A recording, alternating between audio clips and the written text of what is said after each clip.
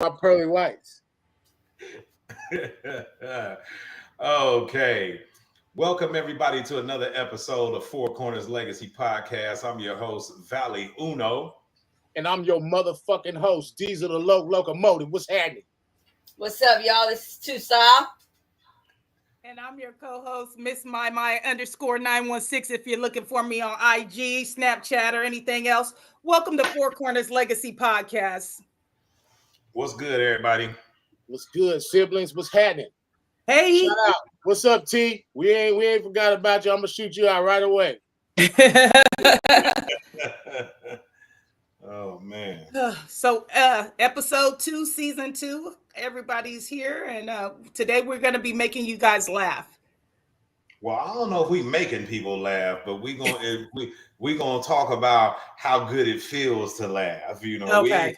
Maybe we not the comedians, but maybe that shit's in our genes. Who knows? It is. I feel like it is because we be laughing. I don't know. So I feel like think it's funny when people get punched in their motherfucking face. That's funny.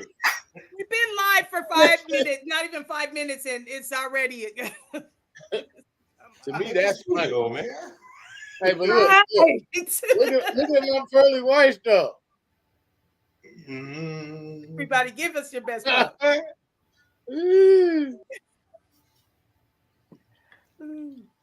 look like a ghost. I look like a ghost. Like an Orbitz commercial or something. I thought we said we wasn't gonna make nobody laugh. Well, I know one thing is for sure that we can't help but to make somebody laugh when we get to talking about the Montgomery brawl. Yeah, the Montgomery, Alabama, the chair incident. Yeah.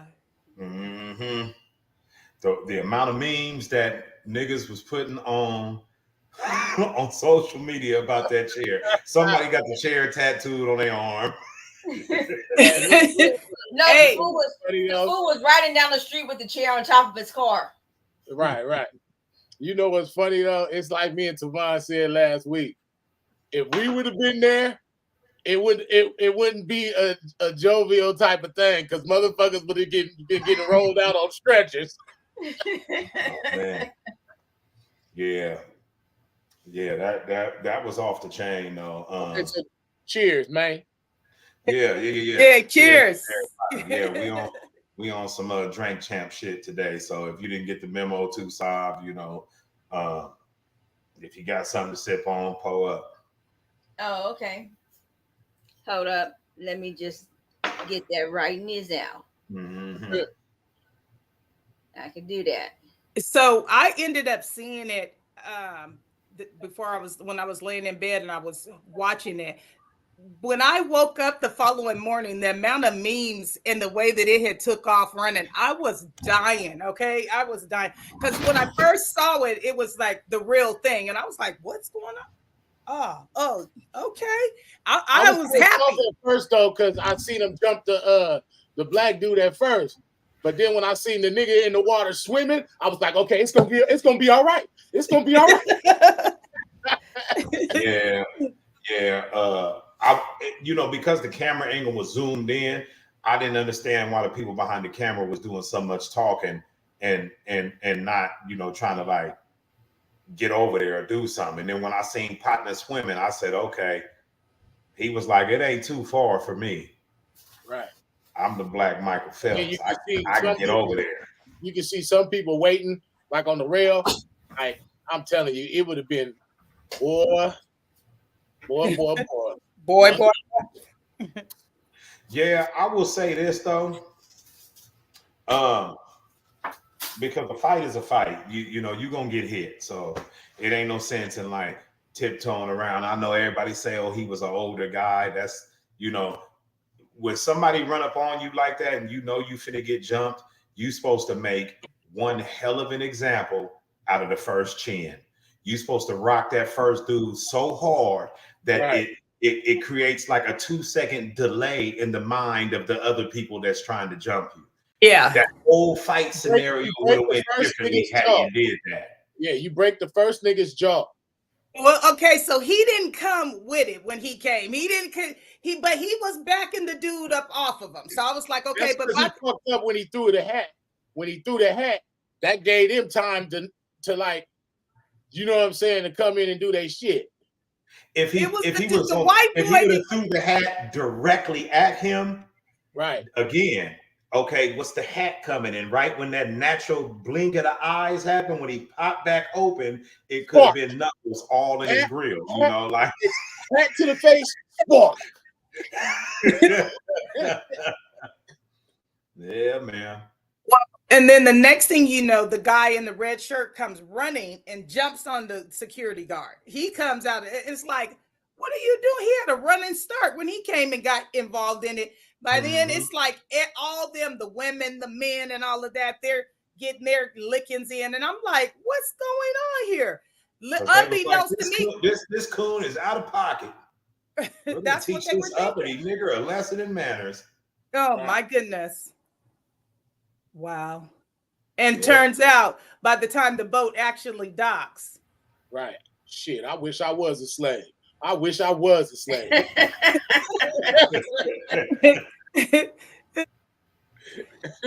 Wow.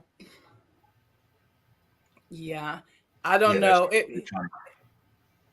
It's good to see when people come together, when our people come together. And that's just, I was happy. I seen them brothers coming with their shirts off. I was like, oh, it's getting ready to be a problem. But did I know it was going to be older, younger, men, women? Everybody was like, whatever.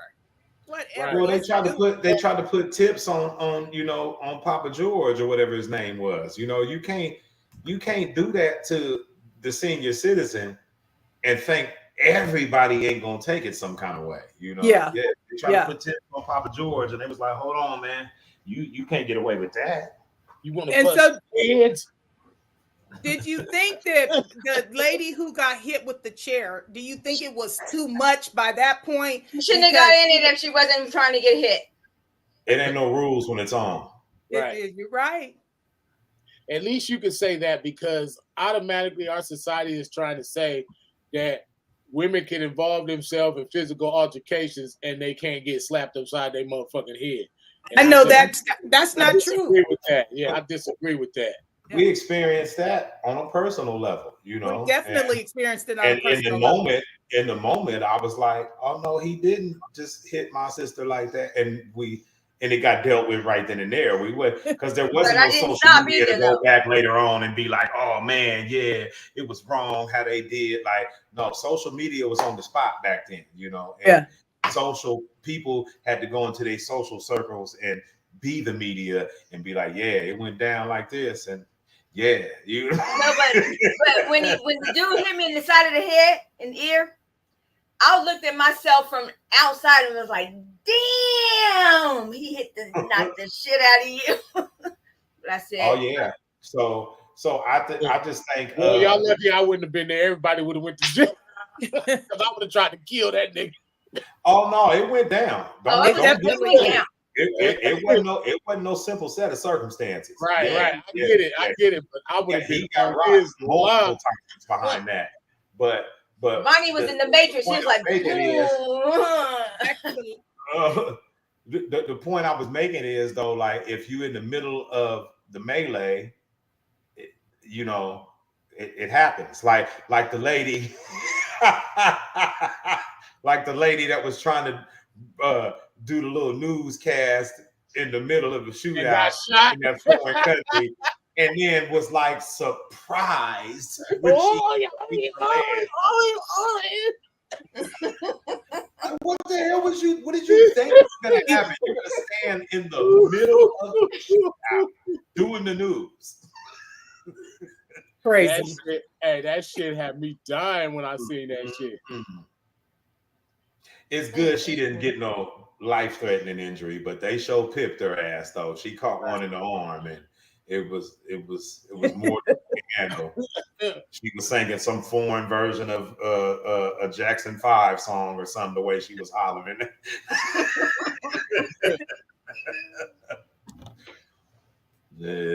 Yeah, no, I mean, it was good to see the unity that came behind all of that. And, once it was going. I feel like if more of that was going on, we could definitely take a stance. We need to see more of that.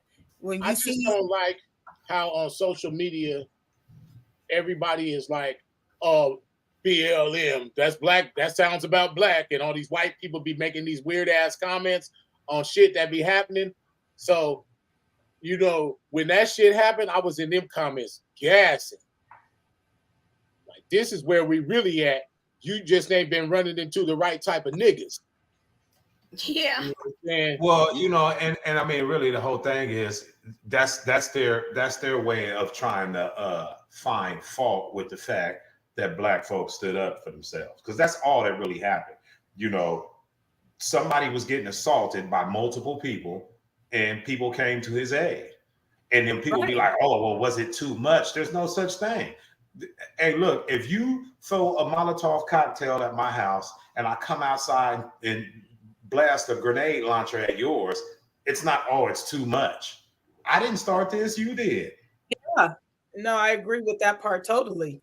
Right. They started it, me. And that's why the memes, when it was like somebody, these people are the poster child for fuck around and find out. They were the poster child for, okay, you keep fucking around, you're gonna find out. No, they were fucking around. I'm just tripping on where the nigga got the chair, just how he wound up with the chair out there though. I think it was like when the Bible said that God rained down manna on the Israelites, the chair was like bread from heaven. I know. I love the dude that was swimming across the sky. I love the dude that was swimming across the water trying to get over there. He was swimming his ass off trying to get over there. It was a young boy. He was 16. He was only 16 years old. Hey, but we knew he was young because who could swim like that, right? Man, listen. No, but I seen a meme and it said "lift every chair and swing" instead of the old hymn "lift every voice and sing." Yeah. Lift every chair and swing. And then they got the other nigga beating the motherfucker with a chair in front of a bar or something. Knocked him out with a chair in front of the bar. Now the chair is like the new viral thing. Yeah. Another one I seen, he said, I got my permit to carry, and he had the chair, fold up chair clipped to his hip. Oh man. That's good. That's what they asses got. Right. And you know, especially when you look at the fact that old boy was doing his job. Yeah. That's he it. wasn't That's just all. Some ordinary Mo minding other people's business. He was doing his damn job. You know what I mean? And how you gonna go hard on him because you over here trying to take some privileged stance and put your boat wherever you want after he done told you can't park it there? It doesn't make any sense. He just went to work that day. He didn't choose violence. Violence chose him. Mm-hmm. Yeah, that's a damn shame. Yeah. That was funny. So we I don't know why we sat up and had that whole conversation without that's all we got. I thought it was something else in there. Oh, it is. Oh, yeah. That's when the Calvary came. Right. Yeah, that's why. See, look, so everybody was talking about the woman, but there she go. Yeah. It's still at the start of it. She all in the mix. She was like, take that, Jerome. Take that, Jerome. Take that, Tyrone. and now they see. No, this is no. They see. This is a menace to society. You know you done fucked up, don't you? Hey, you know you done fucked up. No, on one of the people's recordings, they said, "Oh, now you want to run. Now you want to be scared. Now you want to run." Get scared now. They got on them fools' boats and got to piece and shit. And then they try to pull the boat off. Them niggas pulled the boat back to the dock. Yeah. Said, oh no, you're not going nowhere. Yeah, you can't run from this, homie. I couldn't really understand how the dude because there was another one. The dude, he's the same one who had the chair, I believe. He was trying to gouge somebody's eyes out. He literally had his hands poked in the man's face, backing him off. And I think that so I was like, is that the same guy who had the chair, or was it a different guy who had the chair? Niggas came with their shirts off ready. Well, I mean, it was out by the water, so, and it was probably good and sticky hot out there. You know, Alabama's still in that region where it'd be humid. Like, so in the summertime in that region, if you outside, you sweating. It don't matter if you sitting still in the shade, you sweating. So anybody who ain't afraid or ashamed of showing their body, they probably ain't got no shirt on already, because it's hot as three hells. You can rest assured of that. You know, and they was out by the water. So yeah. What's so funny? Oh, nothing. I'm sick. Don't pay me no attention. he like me. He just thinking about what he would have did if he were there. Because I'm looking at how these fools is squared off, and it wouldn't have been none of that. I'm just saying, like, it wouldn't. But the cops are standing right there, so that's the only reason why there's even a little bit of chill. Look, the fact that the cops are standing there is the reason why violence would have continued. Y'all, this was your opportunity to do something, and since you ain't, you must be with them. Right.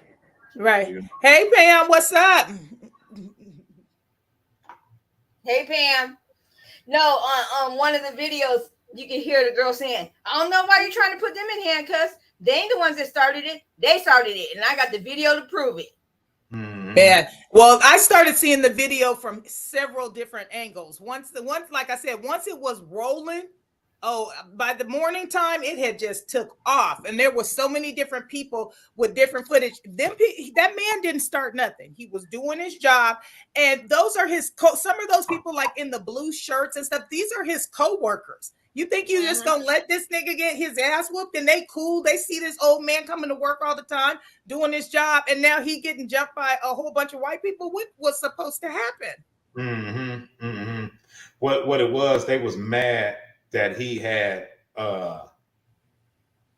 moved, like he basically untied their boat from where they was at and dragged it down to a different spot, supposedly, is what he did the whole problem. Right, but that is because the other boat that was coming in, so the other boat could not get in. Yeah. It couldn't get in and park because that boat was in the way, and he had already told them not to park there. So they just blatantly disregarded what he was telling them, just because they're like, "Oh, we ain't got to listen to you, nigger." But the captain of the boat was saying it on the PA. He said he repeated it like 5 or 6 times. "Can you please move your boat? Can you please move your boat?" They kept strolling like, "Fuck, man, forget you." Right. But apparently they feel like they're entitled. They come down the river every year and do some shit. Apparently, these same people. Yeah, and they probably had a few cups of courage before all of this happened, you know. Yeah. A whole gallon of courage. I'm sure. Well, they learned the hard way. They learned the hard way. A couple of 18 packs of courage. Oh yeah, you know, if they was on the boat sipping. But it could have been solved a lot differently. Just get out the way. Just get out the way. And it goes to show that racism is at an all-time high. They claim that Trump had a rally there a couple of days prior to that. And whenever there's a rally somewhere, it hypes up the group that follows him. And that's all they want to do. They have no respect. It brings them out. Yeah. Yeah. Yeah.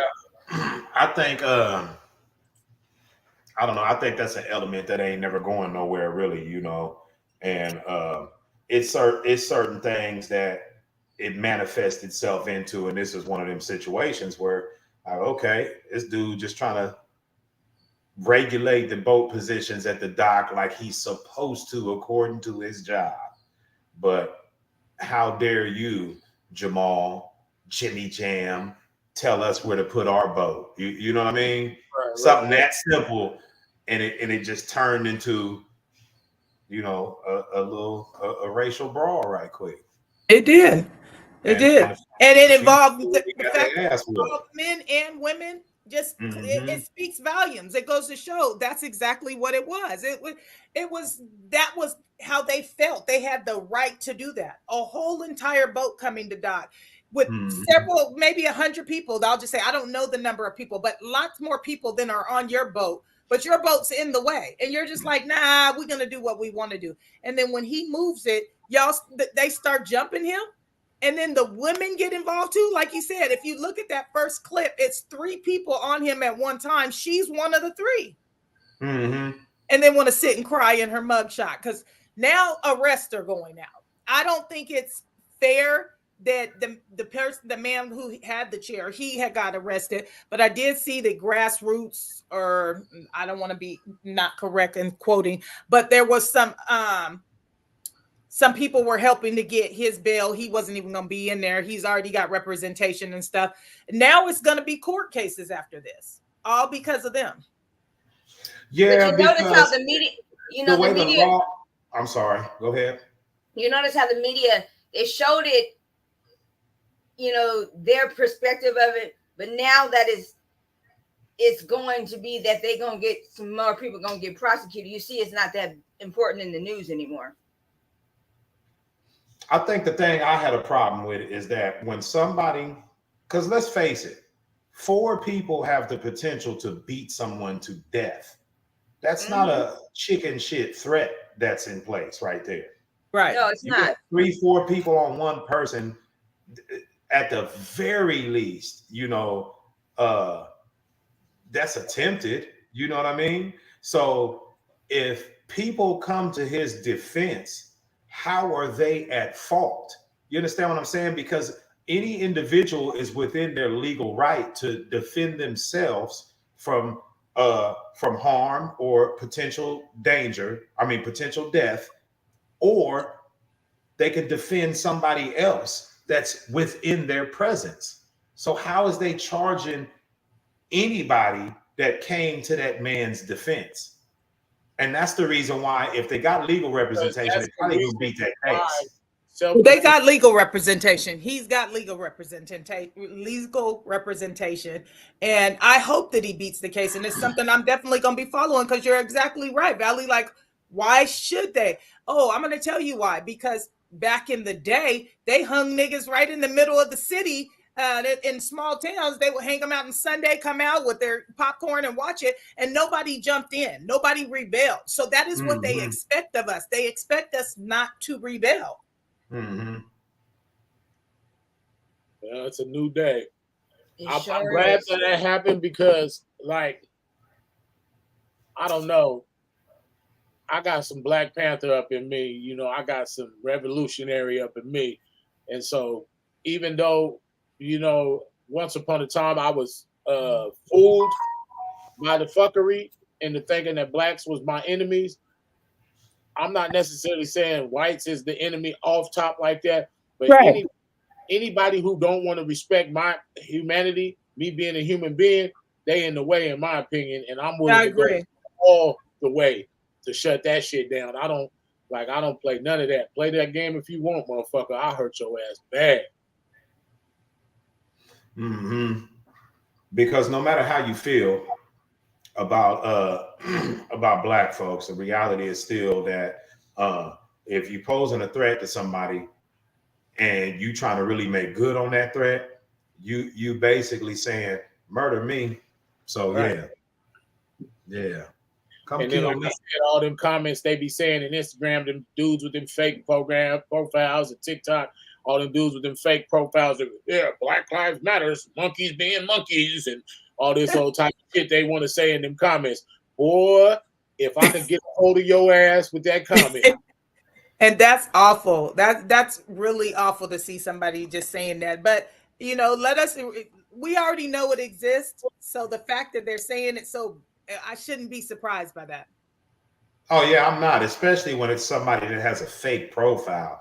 Like, to me, if you ain't even got a real profile, you ain't worthy of anything I got to say. It's not even getting dignified with a response. You're gonna get but don't be such a scary cat. If you're gonna be out there saying it, don't say it behind a fake page. It's just do it. That's you're no better than the KKK hiding behind the hood. Right. And that's my point. Don't even give them no attention. Yeah. You know what I mean? I don't even respond to if you ain't got a real profile. Because whenever I be on, first thing I do, let me look at the profile. Okay, now I see why you talking like this. Because this is like you got 2 posts and ain't none of them a picture of you. But then I reverse Google your ass. But then I'm gonna reverse Google your stupid ass. Yeah, I just let them be. Because to me, it shows that they're a coward. That's why I posted that Clint Eastwood post on Instagram. That's why I posted that. Hey, I was wondering where that stemmed from. Yeah, no, I already knew. You know what I'm saying?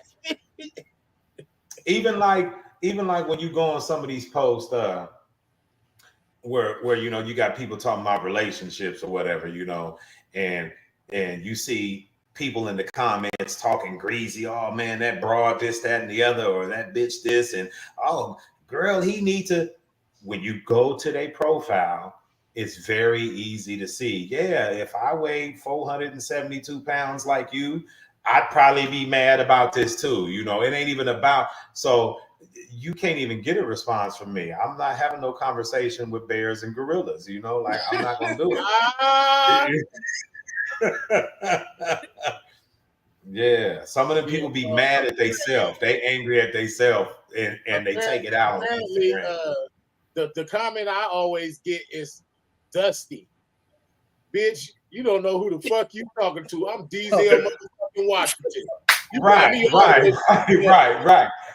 But see, that's the thing, though. You got to show them how dusty they are by not even responding. You know what I'm saying? They're gonna be checking the comments all day. She called you Dusty.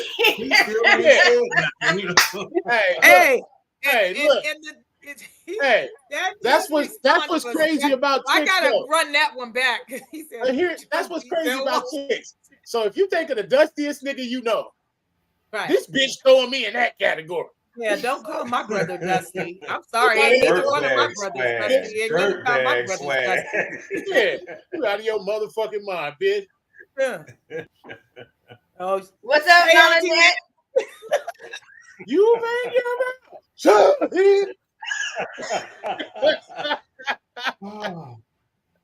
Yeah, man. Mm-hmm. It be dudes coming for me in the comments too sometime, and I'll be off tell me that story one more time.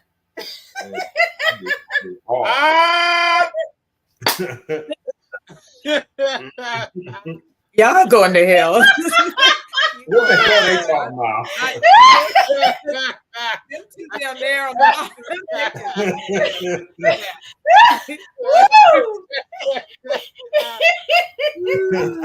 What's going on, Auntie Nat? Oh, how you doing? I'm slow as molasses. I didn't finally.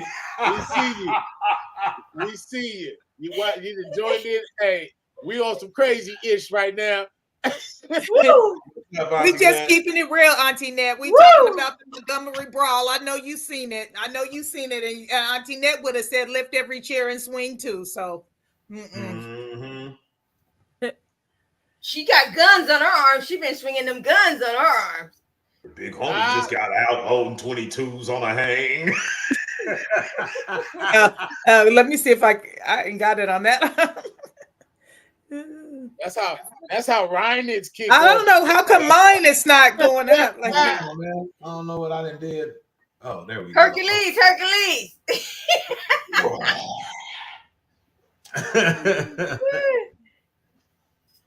Yeah. Okay. Yeah. So the Alabama thing was off the chain, and the way they came together, I think. It kind of ties into our next little topic about what's it called? They cloned Tyrone. Yeah. So before we even get into that, because I watched it twice, right? Okay. And it wasn't until the second time that I noticed that at the end the Erykah Badu song. They changed the remixed. words of it. I didn't even peep it the first time. I was just too busy The putting first off the time, film, I'm and then sorry, the but second I'm time I was like, "Hold on, it's a whole new get down," you know? Yeah. Yes. Yeah. So first and foremost, I have to say, last week everybody on the show, on the panel, had watched the show already, the movie They Clone Tyrone.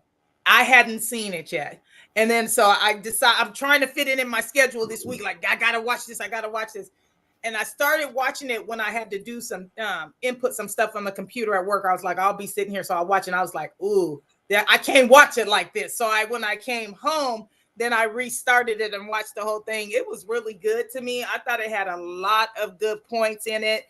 I don't know. Everybody's not going to see it the same, but I thought that they touched on a lot of good stuff. When we were doing pregame, we were talking about some of the stuff that, like cigarettes, 40 ounces, playing the scratch off, perming the hair, the church, pimps, players, hustlers, drug dealers, and the whole, all of it, the strip club, like you said, gold chains, communion, everything was just, nothing was off limits. I think there was some truth to it. Absolutely. And I think what they was trying to, one of the things that they was trying to point out is how much of what we refer to as Black culture is things that we have clinged to from a lack of self-identity. You know what I mean? The pimpology, game is to be sold, not to be told, and all this other stuff that, we cling to. Religion and the church and our good old soul food, which is the chicken, represented that. It was different things, and even the street element that the main character represented. We hear it all the time. People act like street code is the very thing that we're supposed to live by. So I think they did a good job of painting out these different things that represent some of the mindsets that are prevalent in the Black community. And in the name of the Honorable Elijah Muhammad Ali. What I didn't get though on the little thing was, what was the straighter is greater? Straighter is greater. It was about the perm. No, but the old man was saying that. I just told you about the perm. If you listen, if you go back and look at it, the old man was dropping gems about everything that was taking place. He was up on game. Absolutely was. The man outside the liquor store who he was just getting a dab of beer. He had game. That's why at the end he went back and he was like, "Okay, old man, tell me what's going." Like he wanted to find out. And OG didn't have nothing to say to him after that because it had been exposed. My job is done. Carry on, brother. And how cold was it at the very end when he's sitting there watching? Tyrone is watching. And he sees Fontaine in them. You know what I mean? And so, but they're the same. And his homeboys is like, there's like, Tyrone, ain't that you on TV? I thought that was the most powerful part of the movie. I thought it was very good. And I have had people tell me, you look just like so-and-so. You look just like so. And I'll be like, you got to, I'm telling you, I'm like, that's just crazy now. The reason why I thought that was so powerful, because it wasn't just that he recognized, this dude looked just like me. His facial hair was different. But other than that, clearly they was identical twins. But the reason why I thought that was so powerful is because their life and existence was the same. And so to me, what I took from that is, again, all those different elements that we cling to that are part of our culture. We see that no matter where you at on the map, you're just another version of this nigga that this system designed you to be. And this is really about what we are. That's true. Huh? How he never seen his mama though? Well, that was a whole nother program. It was a whole nother angle too, because I'm just like, some parents are, doing things behind closed doors, and they're parenting behind closed doors. So that was a realistic version. Even though he's older, you're not just back and go in your parents' room. He was conditioned. That was part of the conditioning. Oh, she in there. I don't know if she in there smoking dope or whatever she was doing. He just was walking past the door. He didn't think nothing of it till finally he's like, oh, it's a recording. And I knew it. I said, what in the world? But keep in mind, he points. was never real to begin with. Mm-hmm. Neither was the Tyrone that saw Fontaine on the news, because the old man created all those versions of himself to be implanted. So his mama was nothing but a memory that was given to him. The little brother that died was nothing but a memory. Yeah. He was never a real, actual, born from love-making person to begin with. Right. It's crazy, The brother that that's died, how you never see it. the brother that died was the old man's brother. But I don't understand why he killed the nigga at the end if he was doing the work for a higher power, and then the higher power got away. Well, I mean, he was the one sitting in front of him trying to break him. He was finna stop his life. You can rest assured, Chester was finna take out Fontaine.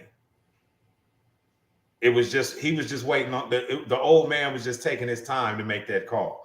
It was either I make this call or the old man gonna make the call on me. Somebody was finna get dirt napped. Right. Yeah. So the white dudes with the afros, they're a sign of what all the wiggers that are out here right now. I would have took that as, if you're looking at it symbolically, I would have took that as people that are accepted more readily within certain areas of white society versus the other blacks. Maybe they was getting on light-skinned people. They were definitely getting on, because they were getting on. They were getting people on beige people a few times in the movie. You took the You word beige out of my mouth. motherfucker. Like he was getting Yes. on beige folks. That's exactly what I was about to say. He took the words out of my mouth. He said, with your beige ass. Yeah, so I don't really know. I mean, I know what it meant in the movie, but I don't know if there was some symbolic meaning behind that. Yeah. So did you think overall, though, I thought it was really good. Like I said, I feel like more movies to make us, because it makes you think. And that's what it's all about, is questioning the things that we have been given, the way of life that what we consider to be the norm, but it's not.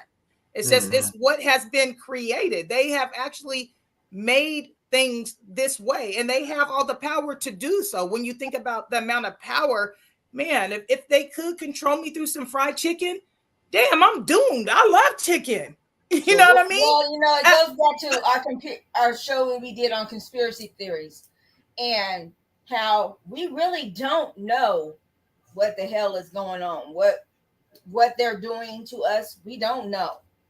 They could be doing. I think we do. I think we do know. I think exactly. we do know. But one thing is for sure is black people have a tendency to downplay everything. What do you mean? Break that down. Elaborate. We overplay these conspiracies and shit, right? But then at the same time, we be downplaying shit too, though. Like for instance, like how like Justin Bieber could go to LA and eat at the same chicken and waffles that PNB Rock got smoked at and make it out unscathed. I don't like that about our people. Well, you got to understand where that comes from, though. There's been fear instilled in our people by quote unquote white folks for 500-600 years. That shit ain't just finna disappear overnight. Subconsciously, black people are afraid of white people. I don't give a damn what they say out their mouth. What you just said is evidence that they're afraid of them.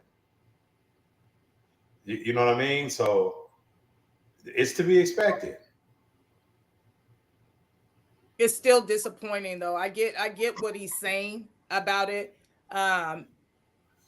We have to look at the bigger picture when we blend this story, talking about the brawl and the unity, and then we blend in the they clone Tyrone and talking about the conspiracies. I think that there has to be an agreement amongst our people. We have to wake up. I think we have to wake up.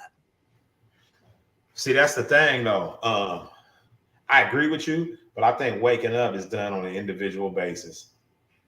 And that's fine. If we all woke up individually, then it's still going to come together on a. We make it. What's that?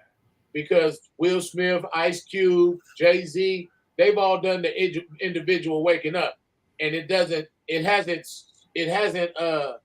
spread. Puff Daddy, all these motherfuckers, or whoever you want to say, it hasn't spread and benefited us on a large level just from these individuals being on some higher level shit.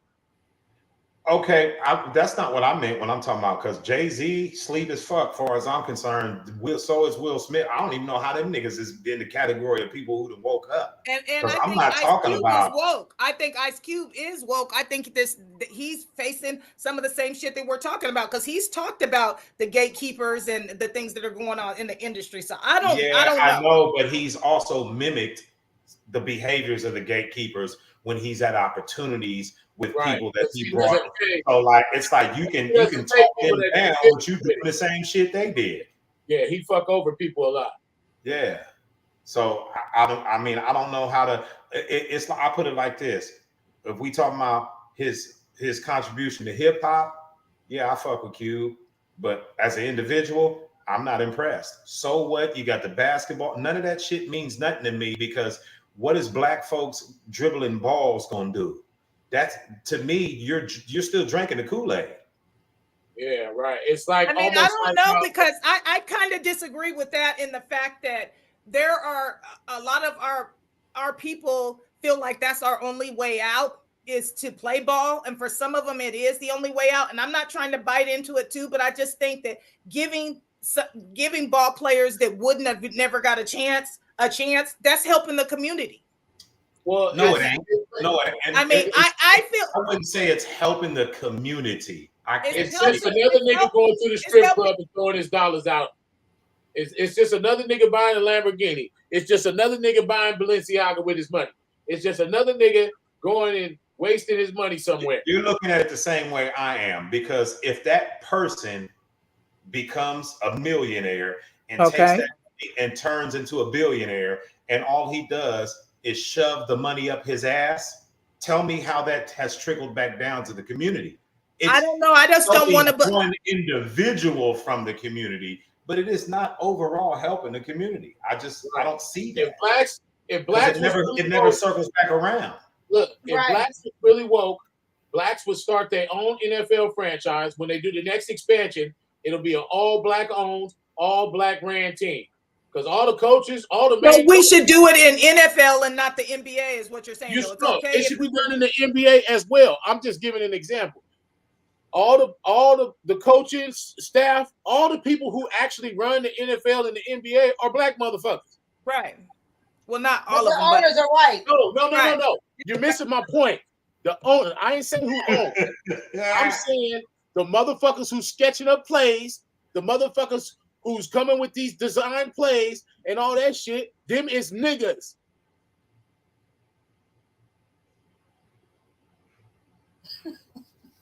Them is niggas. Okay. I think is running. They running the NFL and the NBA.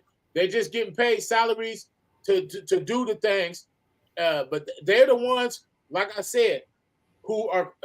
And then the athletes, just like the Colin Kaepernick situation, that's touchy with a lot of people. But I felt like, just go out here and throw them balls, nigger, and don't say nothing. Don't kneel down. Don't do nothing. Just go out there and throw them goddamn balls and shut the fuck up, you black ass raccoon. Right. Well, and that's why I was saying, like, that's what they thought. When I mentioned Ice Cube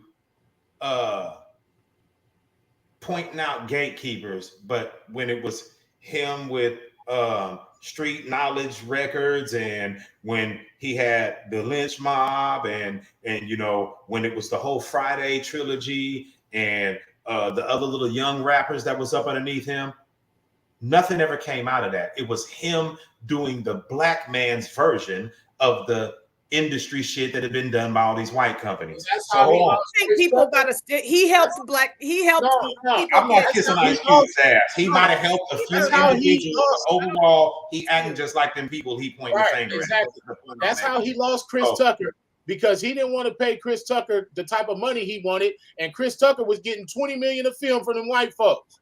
Cube was full of shit. He was. Well, I'm He not might kissing not- his ass. to I give mean, him it 20 is what it million. is. Did he have the budget The to give white him 20 folks was paying Chris Tucker $20 million a film. That's No, what it I cost said, to get the did- nigga. have that kind That's of what a it budget? cost to get him. But you know, you're not understanding what he's getting at, though. It's not about the budget. It's about what can be promised, you know, percentage wise, point wise, in the long term of the film. He wasn't even giving people that. He was paying niggas a fixed rate. Oh, Big Worm, I think got like I think 15 grand or something. No royalties, no nothing. Kibbles. Take your 15 and don't ever talk to me ever again. I don't That's give a not right. damn what I mean, Ice Cube is doing. That's not I right. can't But ignore that. I can because I don't think that's all that he existed about. I don't think Here's that the point I was getting at, though. If black folks created an NFL, a basketball, baseball, golf, everything, if it was a black version of every sport, nothing has been accomplished, because the sports are just there to entertain the people, the masses, as a distraction from what's actually taking place. It's all a sleight of hand. So what did we really accomplish?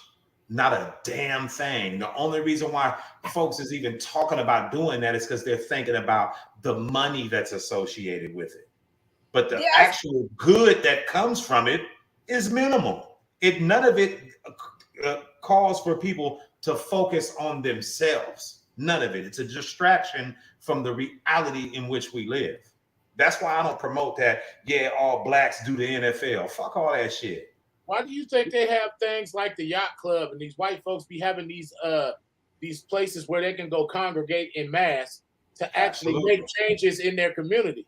Absolutely. To keep their community. And then when Billy goes to the fucking fucks up and sexually assaults some girl at something, then we see him beat the case. We sitting up shaking our head like, how the fuck did he get away with that? That's because all the judges and the prosecutors is all. And I get what you're saying, and I'm kind of in agreement with Deez on the fact that it's going to give you a chance to rub paws. I'm not saying that. But why do we have to rub paws while taking advantage? I mean, let's think about it. Let's think about it. I done been to a football game. I done been to a couple football games and a handful of basketball games. Okay. How much money do you think it costs to actually get good seats? Too much. Right. So us, in order to be woke as black people, let's start ripping people off the same way white folks have been ripping people off. Now we're on. All I see is a color change. The system is still fucked. Right. All you did was change the color. Yeah. You know, and to me, that's not real change. It's a change of seat. You know what I mean? Like the seat, who's sitting in the seat has changed. That's it. Yeah. Well, I was watching something and it's fictional, but it's, it was putting a point across, and it was saying just because they got money don't mean that they're the same as us. They're not us. And just because black people got money don't mean that they feel like that they are as equal. White people feel that they are superior to black people, and that's it, and that's all. But that's because black folks with money treat black folks fucked up. True. I had said this once before that if you get a certain status, that you should automatically give back to something that you once were. Okay, some area that you weren't, that you used to be, and now you're not. You need to help those get out of that. And once someone makes some money and gets some money, they move out the neighborhood and they forget about the neighborhood. But they have to, though. In their defense, they have to, because you can get robbed. Look at Nipsey, look at Young Dolph, look at endless nigga after endless nigga. If the only way to prove that I'm real to the community is to stay here and get killed, fuck that community. Right. Now that is the truth, right? You don't gotta stay, but you gotta do something. But you gotta get back. I get what you're saying. I disagree with that. That's the bone dry realness of it. If you stick around and white around the mouth ass motherfuckers, you're gonna lose. I don't feel like you have to give back simply because you come from a community. Because if what you came from is not a real part of like the backbone of your story, just because you once had residency and received mail there, you owe that community something? No, the hell no, you don't. I'm not saying your community. I'm talking about once you get to a certain status and you have money, start something that you could put in, not even in your community, somewhere else, and get it going so that they'll have an opportunity to rise. I hear what you're saying, but I think that's an individual's right to choose that. I don't think there is no should do, shouldn't do. Right. But because I agree, I don't live in Sacramento at this point. I don't live in Sacramento, but if I wanted to start a nonprofit organization or something, I would want to do an organization where I came from. But I get what you're saying. It's not an obligation, because really, if I want to help people, I can help. There's hoods and ghetto people, some ghetto shit that I've experienced that goes on where I live now. So, I mean, but for me, I would want to go back and build something out of Sacramento. Do you get that part of it? Like I do get that. I don't like the entitled mindset of people trying to make it a requirement for somebody who's got no. You shut your ass up. Go get your own shit. Because the only reason why you saying I need to give back is because it's easier for you to stick your ashy ass hand out than it is for you to put your hands to work and go get your own shit. Right. That's what I see when I hear that. I get what you're saying. I totally understand that. I respect that part too.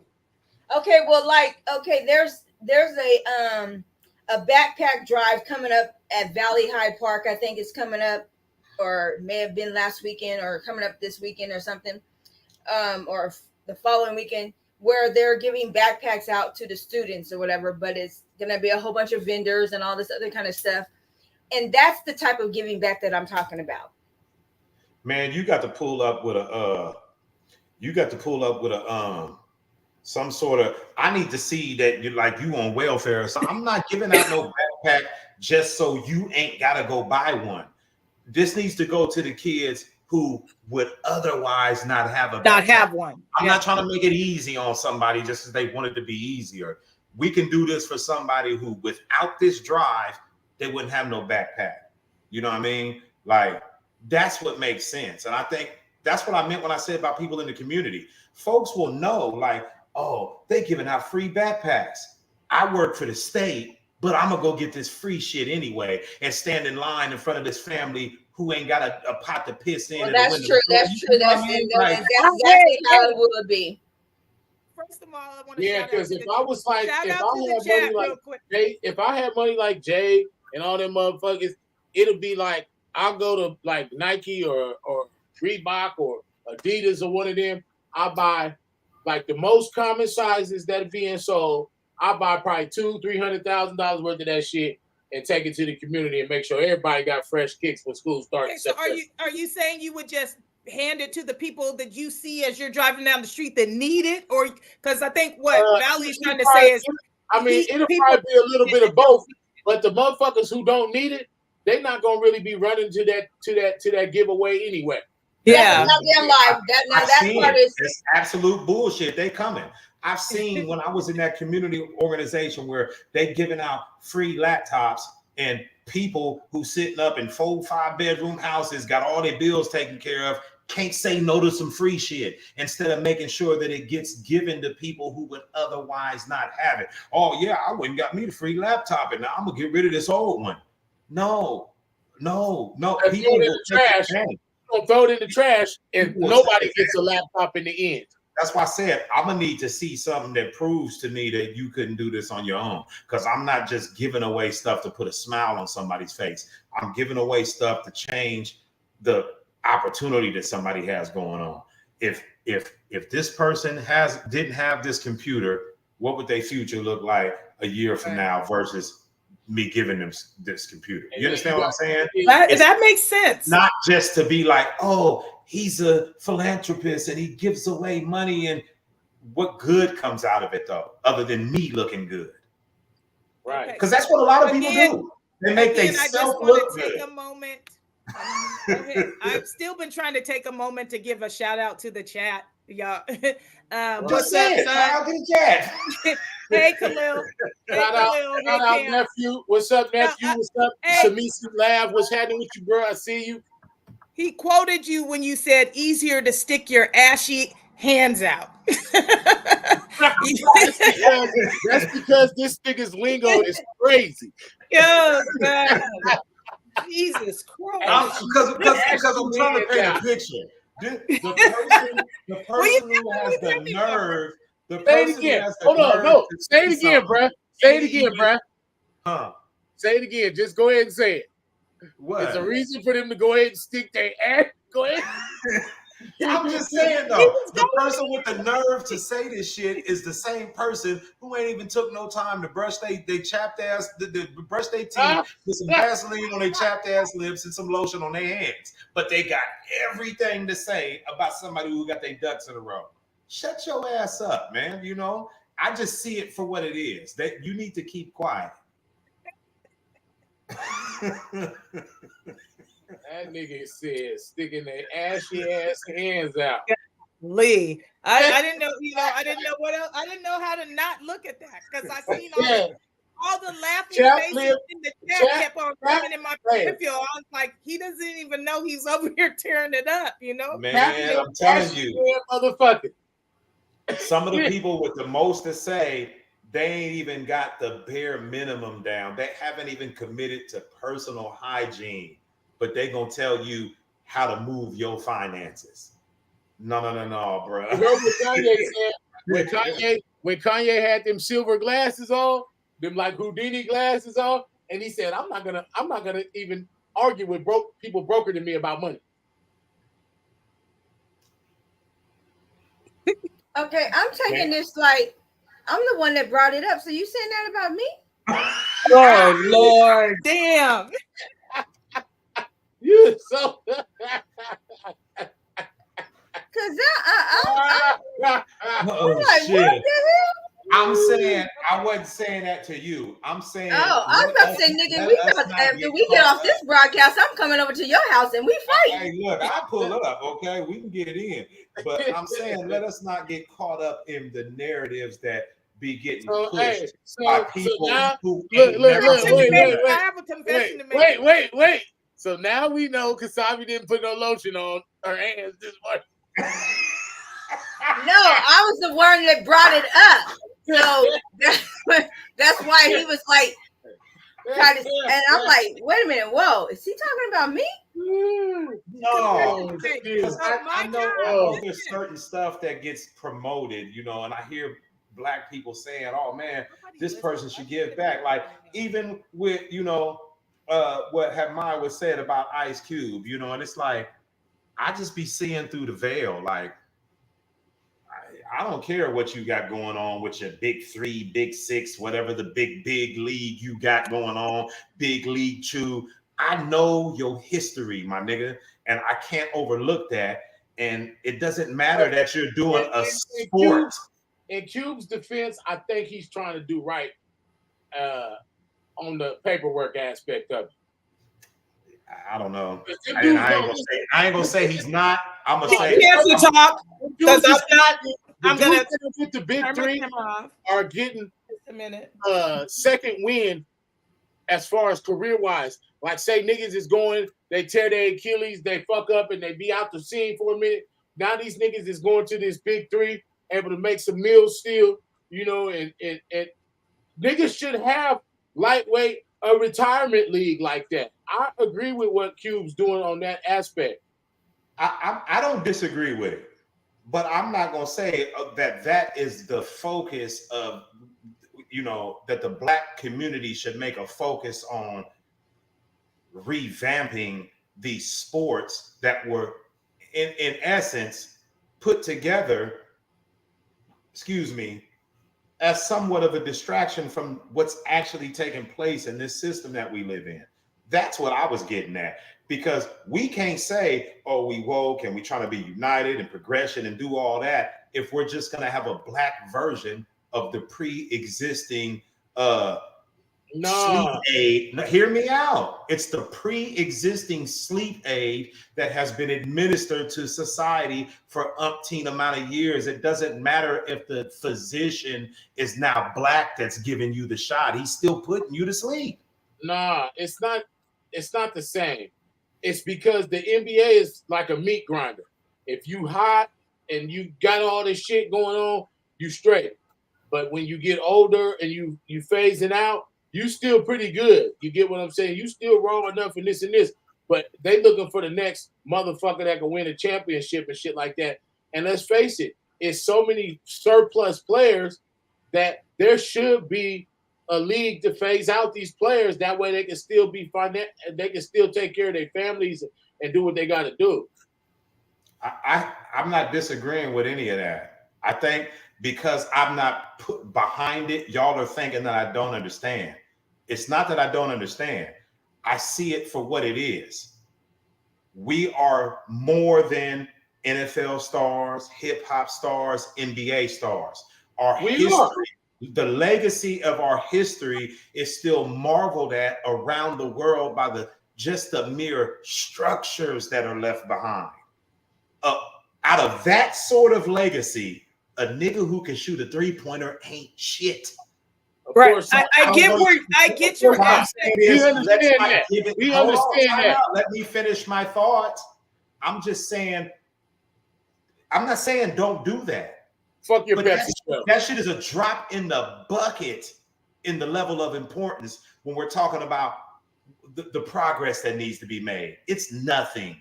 Motherfuckers built shit that's still standing to this day. So what? He can shoot a 3-pointer and take care of his family. Well, the only reason why he thinks that's his only way out is because he bought the dream that was sold, that we're nothing but slaves and we run fast and jump high. That's all I'm saying. Like, let's let go of that. It's still another form of slavery. I get it. Yeah. Because they're making billions and trillions of dollars potentially, and they're only paying out crumbs compared to what they're making. Mm-hmm. It's still a form of slavery. And then when you're hurt or you can't make them any money anymore, you are nothing to them. They have nothing for you at all. Nothing at all. Right. And that's where Cube's league is a big deal.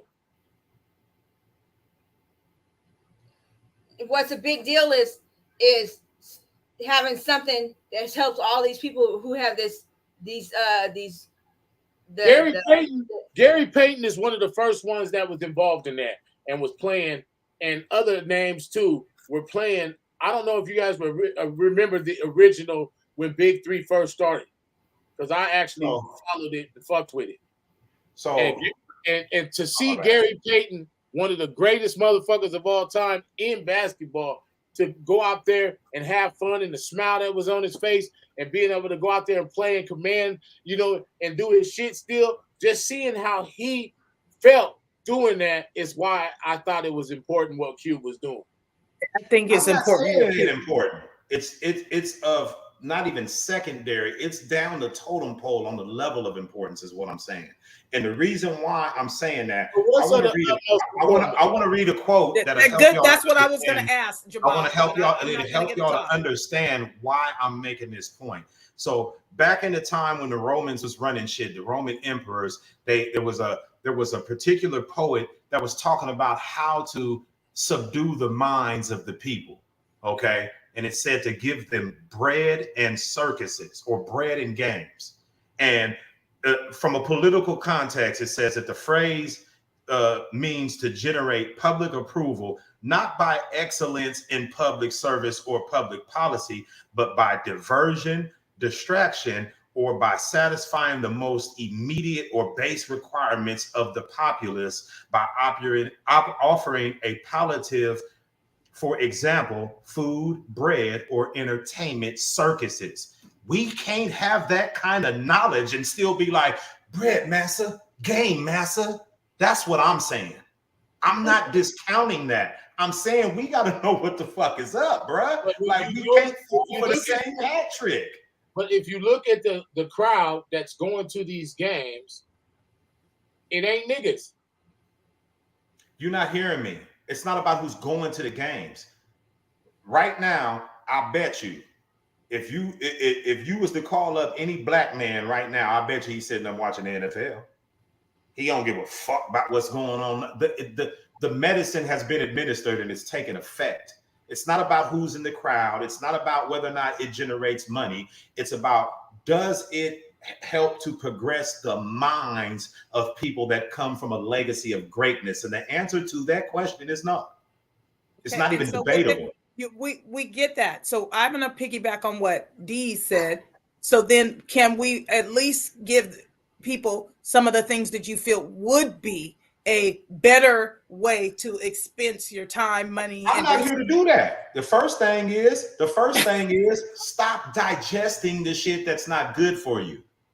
Get that out of your diet first. And if the only way to get it out of your diet, hey man, I like eating this poison, unless you got some shit that ain't poisonous. Fuck all that. You know, it's not my job to do that. No, I think that you should, but pretend for just a moment that you are the person.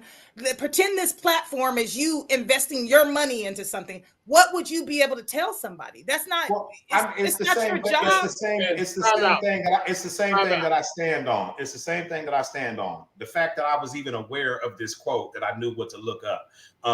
Apply your mind to things that are going to edify you as an individual, that will add to your character, the texture of your character. Apply your mind, your effort, your energy to shit that's going to build you up and allow you to focus on things that grow the not the financial or material stature of you or your family, but the immaterial stature of you and your family. Things that are internal, here, your heart, the morals you stand on. That money will come in its own time. We're too caught up on the glamour, and the whole splendor of the glamour was given to us. Let's go back to the because right now, if we're talking about changing our families and how that multimillionaires right now have spending habits of billionaires, meaning that they're spending above their means as millionaires. Maybe she's born with it. Maybe it's Maybelline. That's a way to get money out of people. That's a way to make women think that they have to look a certain way. You understand what I'm saying? Like, I'm just saying, like, we can't know this and then be like, yeah, but it feels good to the people that are involved in this stuff. They knew that when they said give them bread and circuses. If you have they a knew it would make them feel good. Earth and water. You should share Earth and and water. start by sharing it with your family. That's what I'm saying. So what's if that? we're talking about bringing the Hold on, change. time out. Because you're like, when you move back and forth, your volume is going up and down. If I know what? If you know that information, I think that it's pivotal that you share it with your family. Okay. So because that's where it starts. The things that you're talking about, they start within, as you're saying. They start with you working on stuff. So once you learn these tools, it is mandatory that you share it with your family and your loved ones. It shouldn't be something that's kept. It should be something that's constant. And you should feed. I disagree with that. I can give you access to it. I can give you access to it. The rest is on you. Right. Even the access. If you're sharing information, watermelons and cantaloupes, and niggas don't like watermelons and cantaloupes, I'm supposed to cut these up and divvy them out to people who ain't finna eat the shit? Fuck no. Come get one if you want it. You have access. Okay. That's all I can do. give you access. If I catch you in the I'm gonna garden, be at service. I don't know. I'm gonna be. if I catch you in the garden, I'm gonna if be I at catch you in the service. garden and I see that you Ah. actually want what's being Thank grown, Can we now bring it we back can to talk the about laugh out sharing. loud? Let's get back to laughing out loud. Ah, look, Laughing out loud. easier to stick your ashy hands out. It's ridiculous. It's ridiculous. And then poor Pam, she gonna talk about right Khalil. No, right? Khalil's quoting Devon. It's all bad. It's all That bad. nigga is crazy.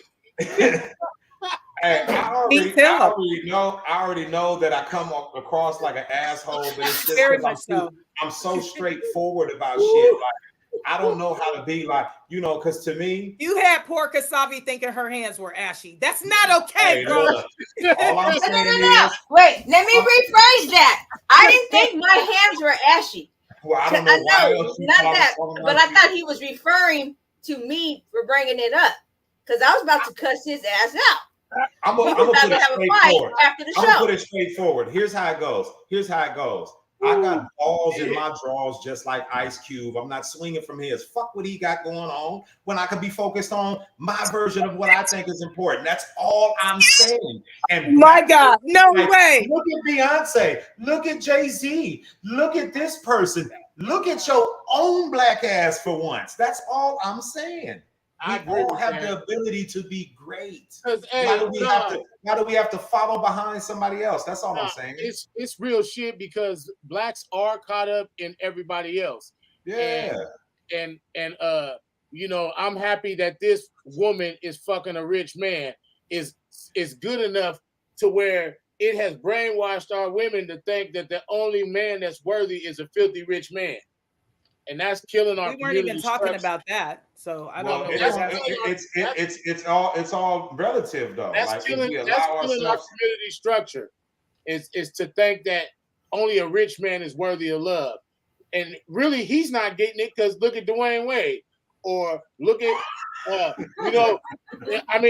look at Will Smith. Look at Will Smith. I mean, it doesn't matter if you $100 million nigga, the bitch still gonna treat you like shit. And those, if nothing more, we have managed to make everybody laugh today because it's been some comedy.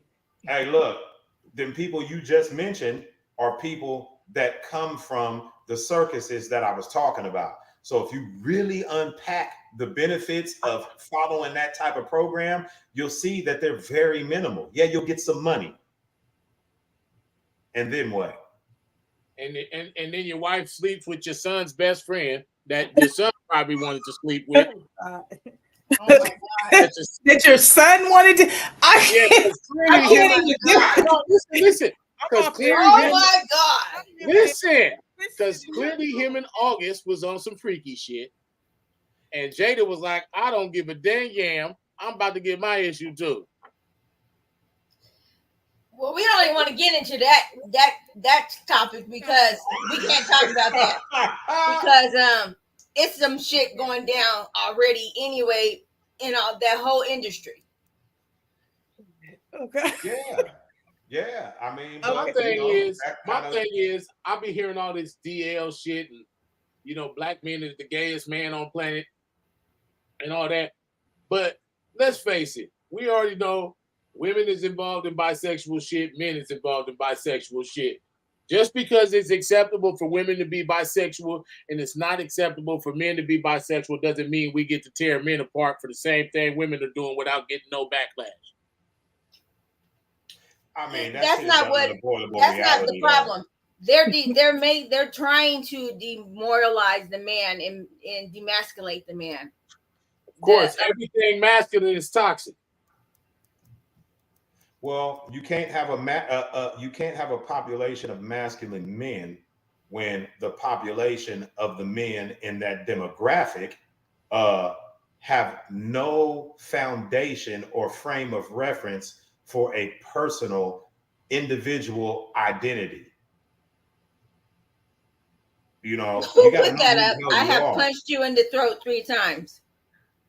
No, I might look calm, but in my head, I have punched you in the face 3 times. Oh my God. That's definitely me. Shit. I'll be playing the whole scenario out. I play the whole scenario out, rob a nigga, all the shit. Yeah, but I kind of threw us off. Y'all didn't like my comments about Ice Cube, so like Just wanted to bring it back and make some shit shake. I didn't mean to derail the conversation, but you know, It did. How to slap someone through the internet. I don't think it really derailed it because I got 1, 2, 3, 4, 5, 6 motherfuckers was laughing. I did my job for the day.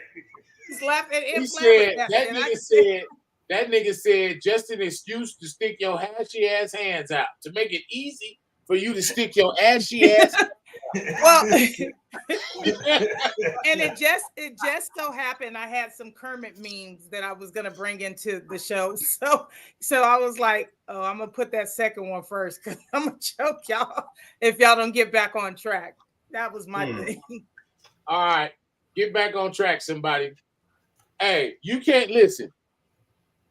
You can't have this type of shit going on and we be on track. Hey. I tried to say timeout. I tried to tell y'all timeout real quick. Nigga is sauced on the podcast. Look, I had my first. It's empty. It is empty. Nigga on the podcast sauced. That don't make no sense. Look at this. Look, empty. And that's the part of the problem. So, but I had put it all the way. Hey, look, the screen fuzzy and everything. Oh my God. Okay, so I had put up how to slap someone through the internet, and then I put up the next one was I might be calm, but in my head I have punched you in the face 3 times, and that's me at work. That's definitely me at work. Hey, it's so hard at work because I told the motherfucker the other day. I said, "Shit, nigga, I ain't trying to piss nobody off, but if it was 3 of me here, boy, this shit would have been done." Man. The motherfuckers was mad as a motherfucker. I mean, hey, if it was the truth, it was the truth. It needed to be said. The motherfuckers wanted to kill me.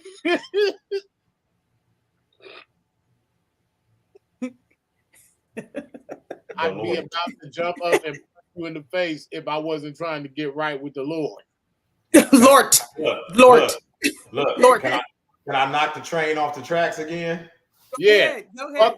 Fuck Tyler Perry. I'm gonna knock the train off the tracks again because Kasali was just saying they're trying to. They ain't got to try to demasculate nothing. Niggas is doing a good enough job of that on their own. They are. I mean, and if they bite, then they bite. But this one says, "R.I.P. Kermit the Frog should have stayed out of people's business." Yeah. No, niggas is crazy because niggas is like. Not like I know why women are saying black men don't know how to lead because black men are looking to follow instructions from the black woman. And that's a signature of not knowing how to lead. Right. How you gonna find black men that know how to lead the home if they're going off the instructions of black women? Yeah, I think I can agree with that,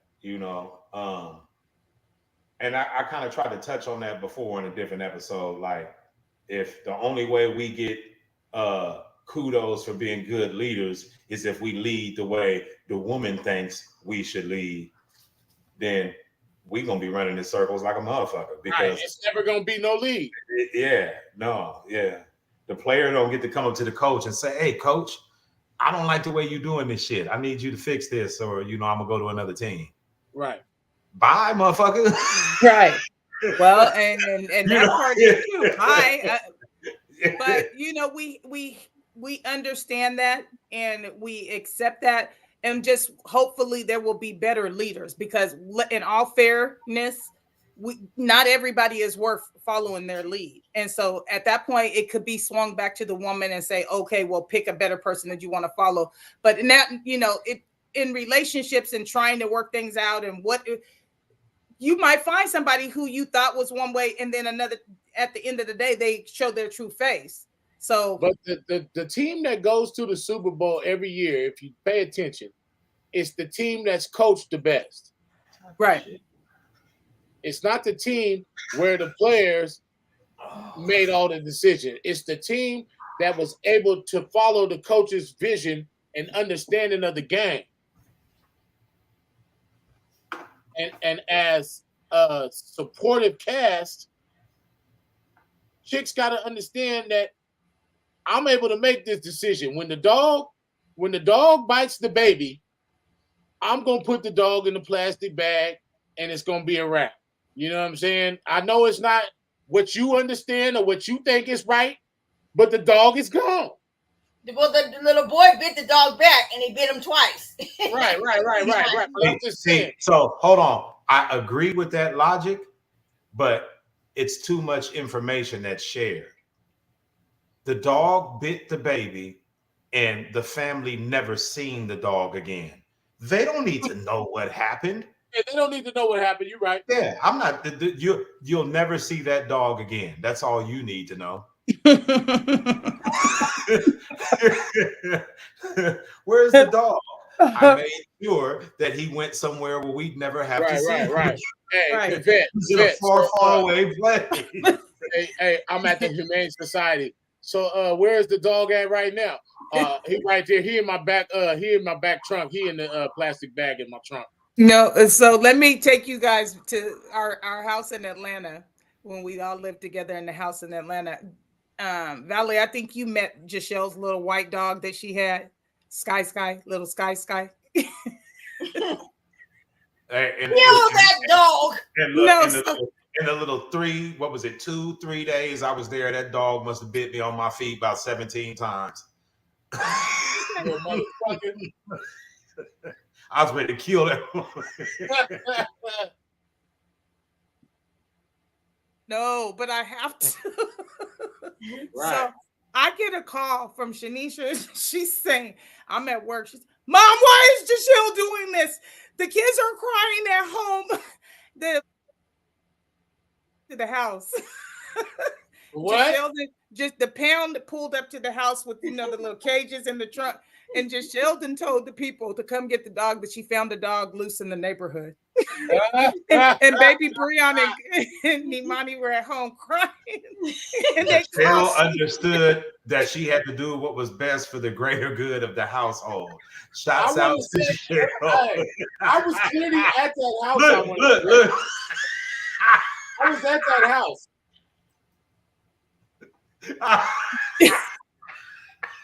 It's messed up. It was messed up. I mean, listen. It was a lot of turmoil behind that situation. And then it was like, why would you give the dog away? Why would you give this? Like, because the dog was crazy. She was biting everybody's feet. She was biting. You'd be like trying to pet her. Hi, Sky. And she just started grabbing. It's like, okay, come on. Enough is enough. And she needed a better home. So sometimes you do got to make that call, man. And it wasn't just biting feet. I mean, shoes. Like, as we take the shoes off in the house. So this dog literally biting into your skin through your socks.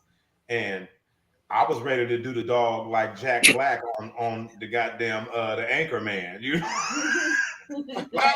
kick that dog over the bridge. Oh my God. I ain't mad at Jachelle. That motherfucker was crying like a bitch when he did that dog. Hey, so hey, put up this comment. Put up this comment. But not with the retarded dogs, though. Hey, look. Well, it isn't the guy. Isn't this guy the self-proclaimed dog whisperer? Y'all remember? Hey, have y'all seen the new Guardians of the Galaxy? Mm-mm. Well, it's a part where the dude kills one of the animals that's like the raccoon. He kills one of the raccoon's friends. And the raccoon just goes.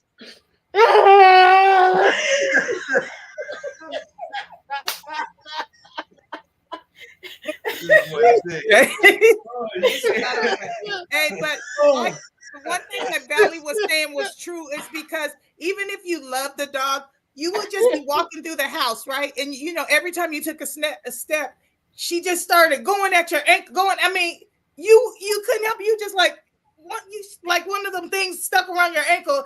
I wanted to throw her across the house a couple times. I mean, it's was like cute. Everything that moved was like a threat to her. She was like, "There's feet, there's movement. They're coming to get me." Rah! Something was wrong. But with that's that why damn dog. she didn't do me like that. Because I told her, look here, little motherfucker, I'll beat the shit out. I'll kick the shit out of you right now. You better quit that shit. She never did that to me. Look, I'm the big man on campus. I don't have these problems with animals. Animals understand shit with me. Right. I You're mean, like the and I elephant. think it's the breed of dog because the dog was it's a poodle and something mixed. She was something, but I think that I love bigger dogs. So let me be the first one. The Animal Society ain't got to come after me. Like I love dogs, but that dog, oh my God, that dog was. It was hard. She was hard to love. She was hard to love. I like big dogs. I like, real dogs, not those little ones. And those little ones are cute to look at, but that girl, she was. I like dogs that double as a living, breathing security system. I'm not. Right. I don't need no lap dog, purse dog. I'm cool. Like I need a dog that I can pull out like a 12 gauge. Like look what this nigga said. I need to be able to pull my dog out like a gun. This nigga said, "Well, of course, tiny dog would stay away from a grizzly bear." Yeah, as I said, he's an elephant. You're like an elephant. Hey, no shit. I don't have no problems with animals. They know. Don't fuck with me, you little stupid ass dog. You know? Damn. Don't fuck with me. I'll kick your ass to the next motherfucking state county. You know what I'm saying? So I think that we have accomplished some laughing out loud. Kasabi, did you have any laughing out loud? Did you wanted to contribute to the show? Or did we want? Matter of fact, we can go into your presentation real quick. We can talk about the benefits of laughter. Mm-hmm. Endorphins. My phone. I don't know. You want me to read it? Yeah, I was trying to find the link because I wanted to share the link, but if I open my phone up again, it's probably going to die, so I'm not even going to do that. But I was trying to find the link to share the link to the article. But yeah, if you can go ahead and read that one. That's number one. Laughter is a natural painkiller. You probably already know that the act of laughter produces endorphins, known as happy, brain chemical that acts as a natural painkiller, soothes stress, reduces anxiety, eases chronic pain, and just making you feel really, really swell. Mm-hmm. Mm-hmm. So this thing had I think it was 8 different health benefits that are associated with laughing. And that's really all the slide is, just some of the stuff that it highlights. I thought this one was cool too, that it strengthens the heart. It's a form of cardio. Good. Because how did it say it? It strengthens the heart muscle by accelerating your heart rate. So even though you might think you just having a good laugh, there's some shit going on the inside and you're getting a minimal exercise or whatever. I love that. That's why they say laughter is the food for the soul. Yeah. Oddly enough, this article, it called it laughter is the best medicine. And that's why they had all these different health benefits. I think it was this one here. It says, laugh to ward off disease. Laughter is a form of the study revealed that the more you laugh and approach life positively, the fewer chronic disease you will develop. On the other hand, those who are constantly negative risk a behavior of possibly developing a chronic ailment, such as hypertension or diabetes. Love that. Yeah, I'm not negative. I love that. I love that. That is good. The shoe fits where? Laughter tones your abs. Now, this one I know to be true. Laugh. I mean, really laugh. Give it all you've got. Did you feel that sensation in your abdominal muscles? That's because the act of laughter causes those muscles to contract or flex and relax, kind of like when you're doing ab crunches. That means when you have a good round of belly laughter, you can count that towards a bit of tummy toning exercise. So get your laugh on. Get your laugh on. I mean, have a good hearty laugh. That was what Cat Williams was trying to say. Get your 7 chuckles for the day. Get your laugh on. Laugh. Absolutely. Life is too short to be running around with, Dave frown on Dave Chappelle and Lavelle Crawford understand this well. Mhm. They understood the assignment. Yeah. I ain't gonna lie. I ain't got my glasses Hey, on. I was asleep until Sam put me on Lavelle. I was asleep. That nigga though. Oh, yeah, no, Lavelle Crawford is sick weedy. The first time I watched that, I watched him at like 2:00 in the morning, and I was laughing so hard, my stomach was hurting. Oh my god! When he said, she said, I don't even like the way your hair grumming in anyway. she said, now repeat what I said, Lavelle. It was his voice when he did the repeating.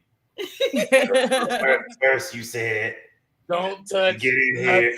Don't touch. I mean nothing.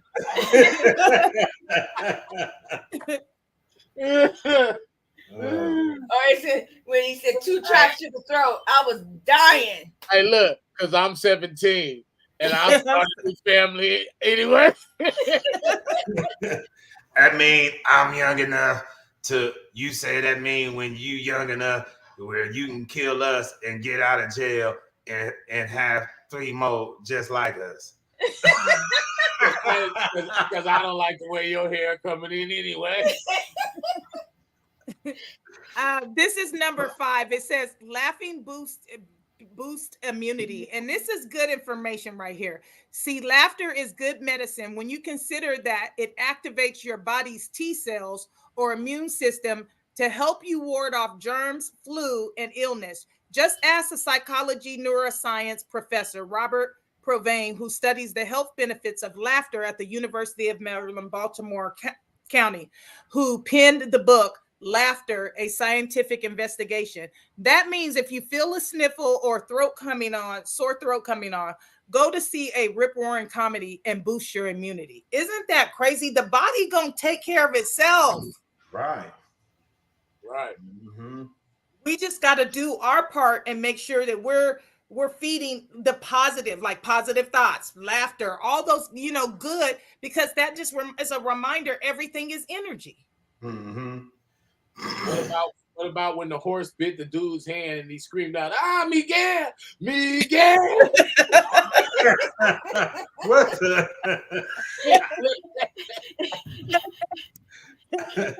Where do you find this shit, Jack? I don't know where he gets it. Hey, look, I'm dialed in on that motherfucking algorithm on Instagram. They know. They like, don't even show this nigga unless it's off the check. Yeah, because unfortunately, stuff that's meant to have a shock value, that shit funny as hell to me. Right. See, Khalil done seen it too. I ain't seen that one. One of y'all need to shoot the link to that. Send that to me, tag me, and then do something.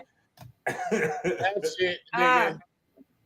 Khalil put on here. He said he bit the shit out of his hand. He said, Miss My, you need to know. You know who we need to show this to, and put a whole bunch of laughing.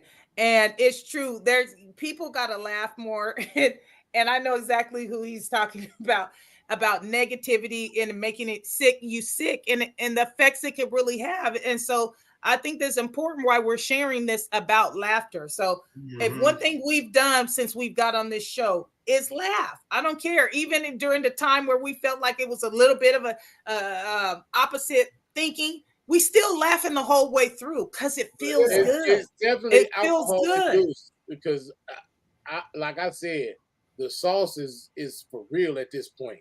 I can't even see your eyeballs, bro. So that's enough. That's what I'm saying. The sauce is unbelievable at this point. Yeah. This shit right here, whatever this is, this ain't playing right here. Whatever this, look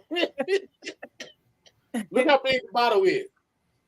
So I want to read this one too, because I think it's been put into play today for some of us to see.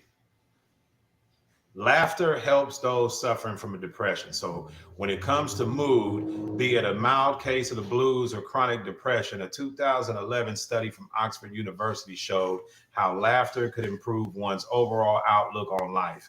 When the research team conducted a series of experiments that monitored, let me get that out the way because I can't see that bottom portion, that monitored groups of participants watching comedic sitcoms or live comedy, it found that the act of laughing eased emotional and physical discomfort and pain significantly. So sometimes we might have the world on our shoulders. We might have a case of the blues, and not that what we're going through isn't of any significance, but still find some shit to laugh at, because that whatever you're going through gonna be there anyway. But if you can find something to laugh at it might help you move through it a little bit better, you know? So, yeah. Mm-hmm. I laugh every day at Instagram and TikTok and all that. I be laughing so hard at that shit. Those of you who know, I be sending y'all a gang of shit. If you sleep, then you sleep. But I be sending that shit. Hey, my Instagram is so off the chain right now. I looked at it. I don't remember if it was last night or this morning, but I have multiple messages from like 8 or 9 different people, and I'm like, how am I supposed to go through all this? You just gotta quickly go through it. Because JD messages be having me dying. Your messages be having me. And that's the thing.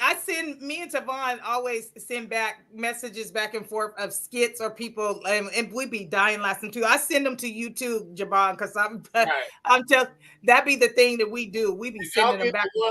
I said the Jamie Foxx doing Stephen A. Smith. Oh yeah, I did. Yeah, that fool had hairline TKO. I don't sound like that. He looks like a hairline TKO. He said when we was twins, we was in the womb, and you took half my hair. He was on Steven's ass. Oh man. Yeah, oh, Love Benade tapped on. But Neezy, what's going, Deezy? Yeah, she said laughter is a daily part. It's a daily part of her day, and that she sends 9 things every day. She one of the people that's on that list I was talking about. I'm gonna get to him, I promise, at some point. Oh man. But y'all got to see that. Yeah. Whichever one of y'all got that, y'all need to go ahead and shoot that. I need to make that accessible. That Miguel video is funny. Hey, Miguel must have been the ranch hand. Like, who was he calling? Like, he was trying to call for help. I'm finna find it right there.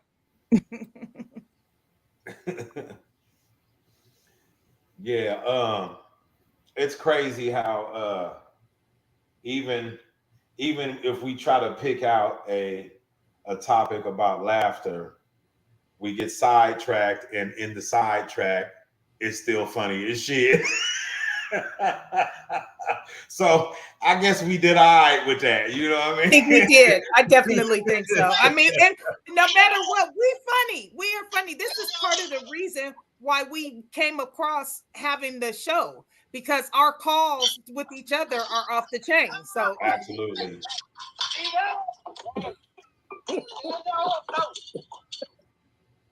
You gotta send it to me, bro. I was about to say, add it to your presentation, bro. Can a video play as presentation? I don't know if they do. Okay, because you can do it. You can do it, but it's like only certain things that it will accept as far as the format of the video. That's the only thing. Yeah, I was never able to upload something off of Instagram or nothing like that. It has to be like from YouTube, if I'm not mistaken. It's on YouTube. It's in Four Corners now. It's No, not letting me because I'm responding to the question she had.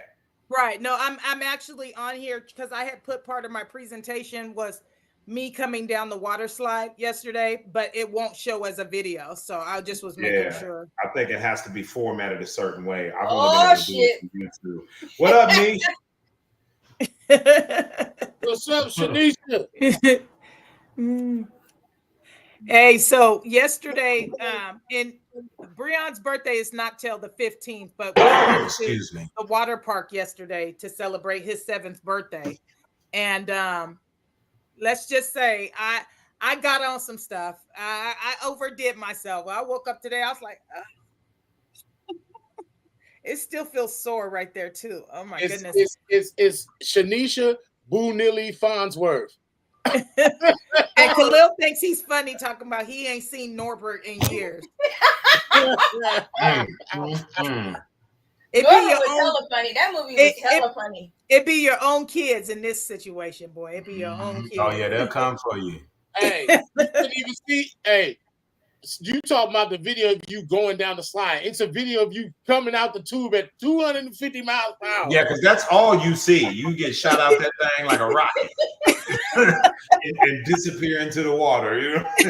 And the thing that was funny was how I skid across the water for a second. I was like, That's why I said that's why I said that's that nigga was shitting water after that. Oh man. Needless to say, I am in it still adventurous. I still love roller coasters. I want to, but my body was saying this morning, now you know you ain't had no business trying to do all that, but it felt good. And that's the whole time I'm going down the thing. So I've been laughing for 2 days straight.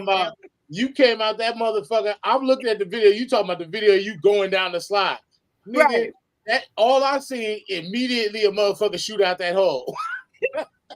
Yeah, we never seen nothing coming down, no nothing. We wasn't even sure it was you until you came up. the water, you know. What you mean she they almost had to put out the folding chair, niece? It was about to crack in the That was park. almost after I had to pull out the Let me folding tell chair. you, and here goes another thing. I love my niece. I Hey, did this is a number one little niece early right here. count No at offense the to the other park niece. yesterday.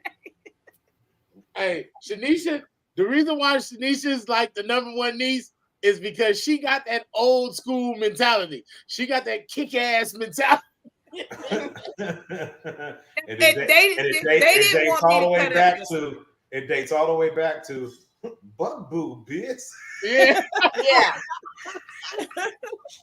That nigga In a got minute. kick-ass In a mentality. minute. And didn't care. Oh, So man. yesterday we were at the water tell park. us the story, yeah. Yesterday we were at the water park, and the line for the food area, we had already went and secured our table, trying to get where it's enough for all of us to sit down, and then we came back to the line, and you walk up some stairs and the line starts. So I get behind this black lady. Well, up comes this white man, his woman, and their 2 kids or 2 other kids. I don't even know if they were all together, but they were like, oh, the line starts. I'm like, no, you just came up. I was behind this lady and I'm staying right here. And then so Shanisha comes in, Jashay comes in, Jashelle, we're all in the line. And he's like, no, this is not where the line's. I was like, don't make me go get my folding chair. I'm not even playing with you. Don't even make me go get no folding chair. Needless to say, we stayed in the line, and I told them because they were like, Mom. I was like, no, we can go Montgomery, Alabama, and these fools up in here today. I'm not playing no games because it was hot and I was a little on the edge yesterday, but it was fine. Nothing happened. But That we heat did will threaten bring it that. out. We threatened that pull-out chair yesterday. That heat will bring it out. All right, so everybody can go look at the Miguel video.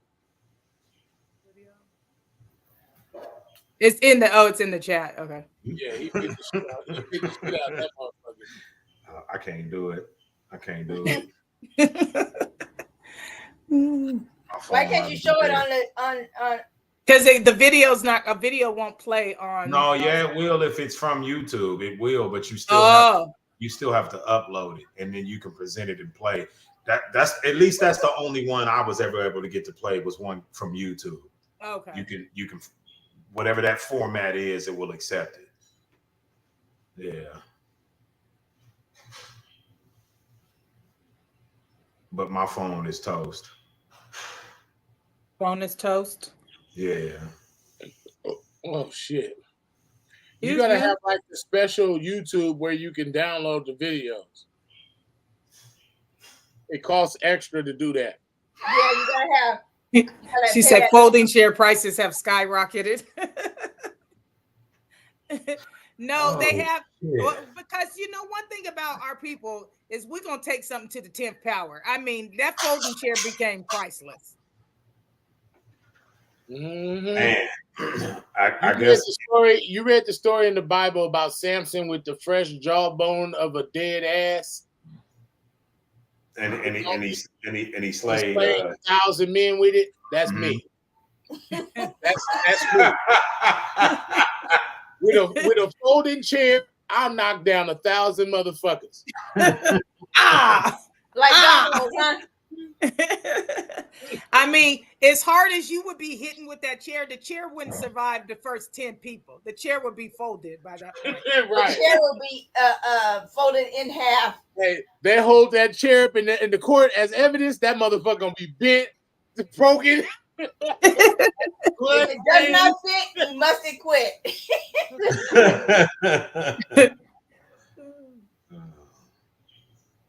You know who's a funny motherfucker? It's Samuel L. Jackson. I try not to be a violent motherfucker, but motherfuckers be testing the waters too much. You know what I'm saying? And it's like, come on, a nigga as giant as me, you know goddamn well this shit ain't finna be good, bruh. You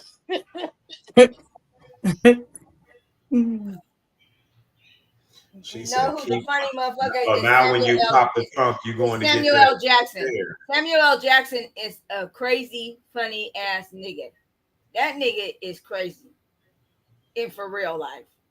right. It's gonna be the brand of the chair on a motherfucker face.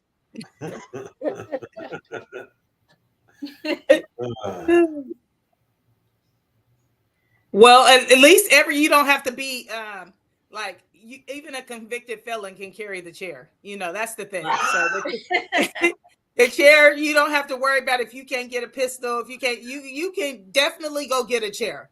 Go get that chair. Look, suddenly a man stepping out on his porch with a chair has a whole different vibe to it. He's not just coming to take a seat, you know. Right. So you know not to mess with him now. Look at the gun though. I'm gonna do that chair justice. Yeah, they had a meme where the person is looking out the window like Malcolm X, and he's got a chair holding up the chair like Malcolm X had the gun. By any means necessary. Whatever it takes to discipline your ass out here, we got it. Ooh-wee. Whether it be a chair, a walking cane, a motherfucking Nike, whatever it is, we're gonna discipline your ass with this shit. Real talk. So do you guys think that the charges will be dropped against the man who had the chair, though? I think that they're gonna make an example out of the nigga with the chair because he hit the bitch with the chair. None of that After matters. she wasn't fighting None of that nobody? matters if she was a part of the initial attack. She shouldn't have got in the shit. It ain't even about her not getting in it. If he grabbed that chair in defense of a man who was being physically assaulted by multiple people, as long as he's got good representation, them charges is getting dropped. He's got good representation. If I'm not mistaken, the dude that got attacked initially was of some kind of public service. He worked at the dock. The guy Yeah. who But I'm saying all the fight that took place afterward was because people were coming to his defense. So Look at this right here. We going back to grabbing switches. If you come into defense of somebody who's being attacked, you know, to the point of being injured or harmed, that's what you're within the legal right to do that. The only way they're gonna make an example out of somebody is if he ain't got proper representation. They supposedly got this fool a lawyer, so yeah, I because can't that's see the them reason why charges niggas sticking. get washed up in court is because they don't have lawyer power. If motherfuckers can have adequate representation, I got a little sketch. I mean, I got a little thing drawn up about that in my some of my notes, man, about making sure motherfuckers have adequate representation, because we all know that black people receive over on regular basis over 10% more time than every other race for the same crimes. So I didn't make it as part of my presentation, but I have the Sean King on Instagram. If you guys wanted to go to his page, he has a picture of the man already.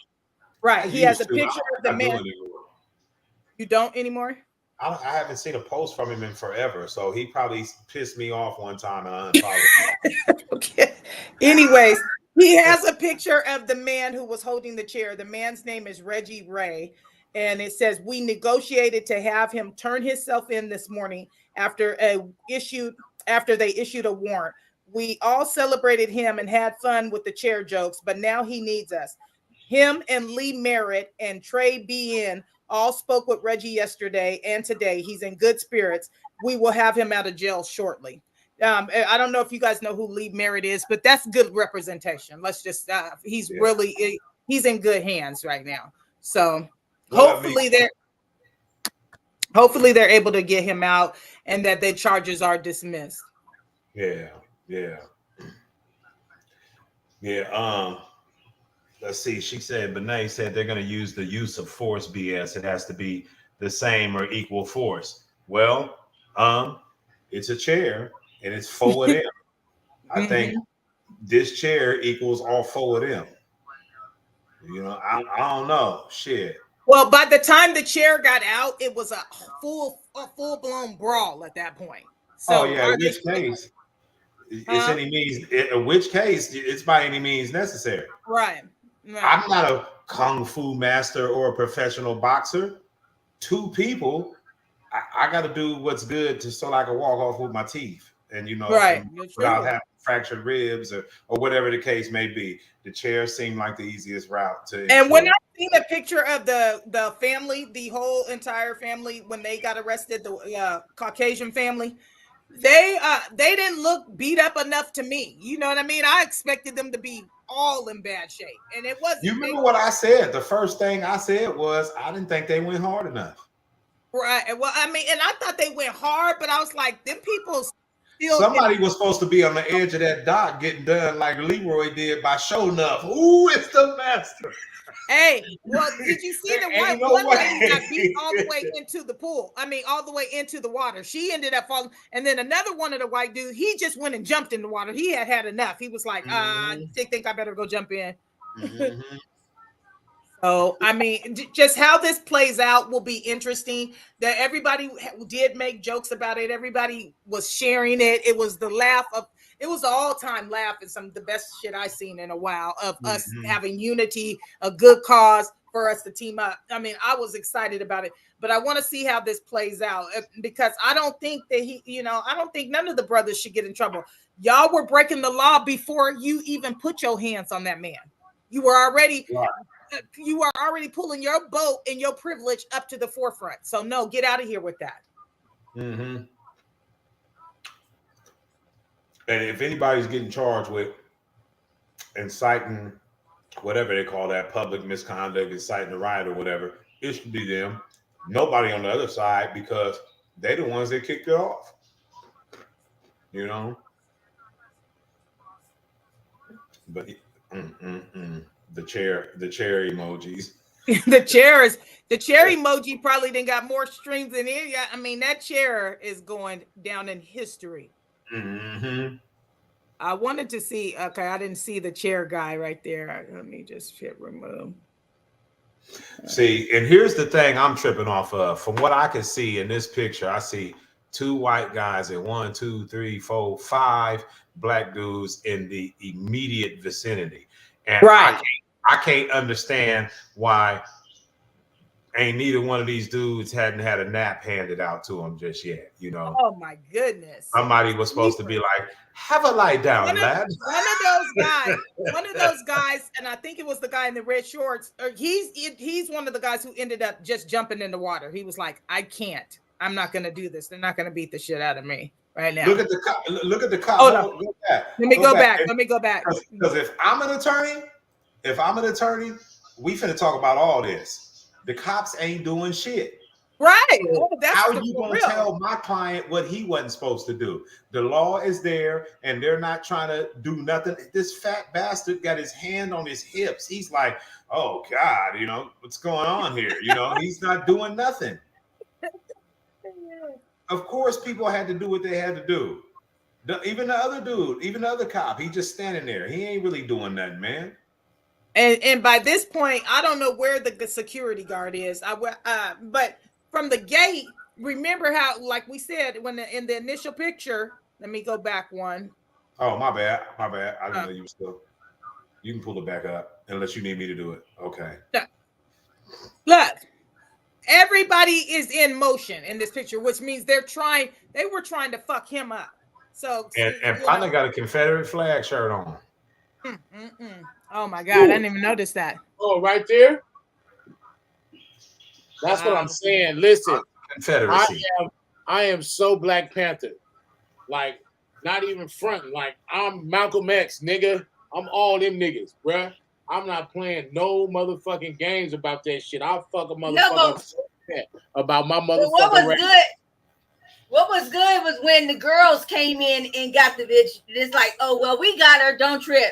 We got her. Yeah. Right.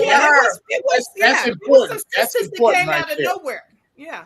Don't let our black men get caught up in that, because you know a black man hit a white bitch with a chair, they're gonna be trying to get that nigga the electric chair.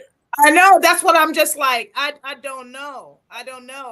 But he does have good representation, and just like when you were able to look at just the picture of it. The fact that he hit a white bitch with a chair, that nigga in the hot seat. And the fact that we were like, yeah, chair. And now it's like, But I think he's gonna be okay. The niggas that was rocking with him when he hit the bitch with the chair, motherfucker was like, oh no, that's too far, bruh. You know, like motherfuckers was still like. That somebody said that they were saying nigger to the boat captain. Oh yeah. You know they was. Yeah. Oh yeah. That would have definitely. That's why I said if I would have been there, that word right there, I would have showed them what it really do about that. Crazy. I would have showed them what that really do. Like, you ain't gonna say that again. I guarantee it. I'm gonna show you something to make you not say that no more. I don't play that shit. Yeah, I think sometimes it's got to be real swift, and that's what I meant when I said I just felt like them people should have just got knocked out real quick. Right. Well, the sound that I heard. This ain't no boxing match. This ain't all that. The hell with all that jumping around and squaring off. Hurt somebody real quick and neutralize the threat. Get it over with. Right. When they went up to the boat, I heard somebody get clocked. But like you said, they didn't issue knockouts. If you're saying take them down, but you know what I mean, make it to where they wouldn't can't knock him out when you get a hold of him, chicken wing that nigga's arm, wishbone his arm. I'm talking about like the neutralize the threat. Like, okay, you ain't doing nothing else. What is all this brawling about? You know what I'm saying? Neutralize the threat. Neutralize the threat. Right. It ain't no brawling. It's signature blows that put motherfuckers like I don't know. Signature blows suspended their nose. Right. I know motherfuckers don't get it. Hey, look. I know motherfuckers don't get it, but ass whooping, boy. We wrote the book on that, nigga. Yeah, I don't know, and I think that's kind of why I'm saying what I'm saying. Like, just when you've been in a situation like that, the longer that the fight goes on, the more danger you're really in. Because unless you're an athlete, even people who whoop the best of asses run out of breath. You got to get over with. No, that's the truth. That is the truth. That's why in fighting, it's Smash motherfuckers. Neutralize the threat, like Snag said. Neutralize the threat. Nigga, you ain't getting back up, bruh. You out of here. Like I said, have a lie down, lad. Right. You're not gonna come back and fight. After you get kicked in the face a couple good times, or punched in that rib cage a couple times, or kicked in that rib cage a couple times, you ain't getting back up, bruh. You out of here. Yeah. You know, and I think it would have played out better in video because you know they're gonna use all that video in the court case. And it's video footage from every angle. So yeah. So if you got out there and you made quick work of the people that were jumping this dude, and so you can clearly show that all the harm that you did was directly to stop them from harming him, the case fly out the window. But because it got drawn out, it loses context now. You know, that's going to be one of the things that where they have to have a good attorney because they're going to try to pick that shit apart like that. Right. Even in the video with the chair, like she was saying earlier, the nigga, it was still popping, and he came in with that chair and put that equalizer down real quick, and that's what really set the record straight. Well, because he hit the man. The chair kind of ended the fight. He hit the man with the chair. The lady was already down on the ground, but he said at that point his emotions were high, and he was like, "You get some chair too." You know what I mean? So she might not have been the aggressor when he hit her with the chair, but the man was that he hit with the chair. Right. And so I don't know. It's like I said, it's gonna be. And if it was the same lady right here that we see in that picture, no, this lady had a red dress on. The lady who got hit with the chair. I guess what I'm getting at is if she was already a active participant in all the brawling, it's like she was. Just in case you thought you was finna get your ass. Really? Right. He just was like, man, you ain't getting nothing across. No more havoc. Exactly. Sit your ass down somewhere. Mm-hmm. Yeah, man. I think it was good to see, you know, them come together and back each other's play like that. But on the same token, it's still bothersome to see stuff like that going on because it wasn't just a matter of them feeling like they owned the dock. It was also part of them feeling like, nigga, you don't tell me nothing. I'll park where I want to, you know? So it's bothersome to see that kind of stuff is still so prevalent in society, but it's good to know that if somebody tries to act on that okay, you're gonna have to face a little something in response. No, I think so too. You know, and I would like to know that no matter where it is, because here in the South is where it took place in Montgomery, Alabama. But I would like to think that it's something like that would happen all over if we could have that same kind of stance when we see somebody getting mistreated, when we see one of ours being taken, you know, put through some things for no reason. I think we live in a generation that's quick to film some stuff now and not get their hands dirty. You know, they'll watch something happen instead of getting involved. So I'm glad they got involved. I seen and I want to say it was a video that had resurfaced. I don't know if it was recent or maybe it was just something of the same caliber that took place before, but it was some police trying to arrest a man in some establishment, and he had a baby in his arms, and they're like literally physically trying to get a hold of him while he's holding the baby, and there's just countless. I've seen that. He's got a baby, and eventually, and I couldn't tell from the video because it just wasn't good enough footage, but eventually they're over the top of him, punching him all in his face, and I'm like, damn, does he still have a get sued? in his hands? Right. Does he still? Where's the baby at? Well, right. In his arm still. Okay. And here's what I'm saying though, like that kind of thing, I don't never need to be present to see that happen because I just need y'all to know that I love you because I'm gonna get involved. Well, and that's what I was going to say too. I was going to say there's about no way I could do George that. Floyd You know situation. People in the George Floyd situation were standing around for the whole entire time that they had him, and he was saying he couldn't breathe and all that stuff, and nobody just went up and kicked the officer in the face. You know what I mean? Like, even an officer who's doing somebody dirty like that, we have to be able to be willing to get involved. That's how everything's gonna shake. Okay, well, I'm gonna catch this case for throwing this bottle at this fool's head. Something to knock him off partner's neck right quick. You know what I mean? Right.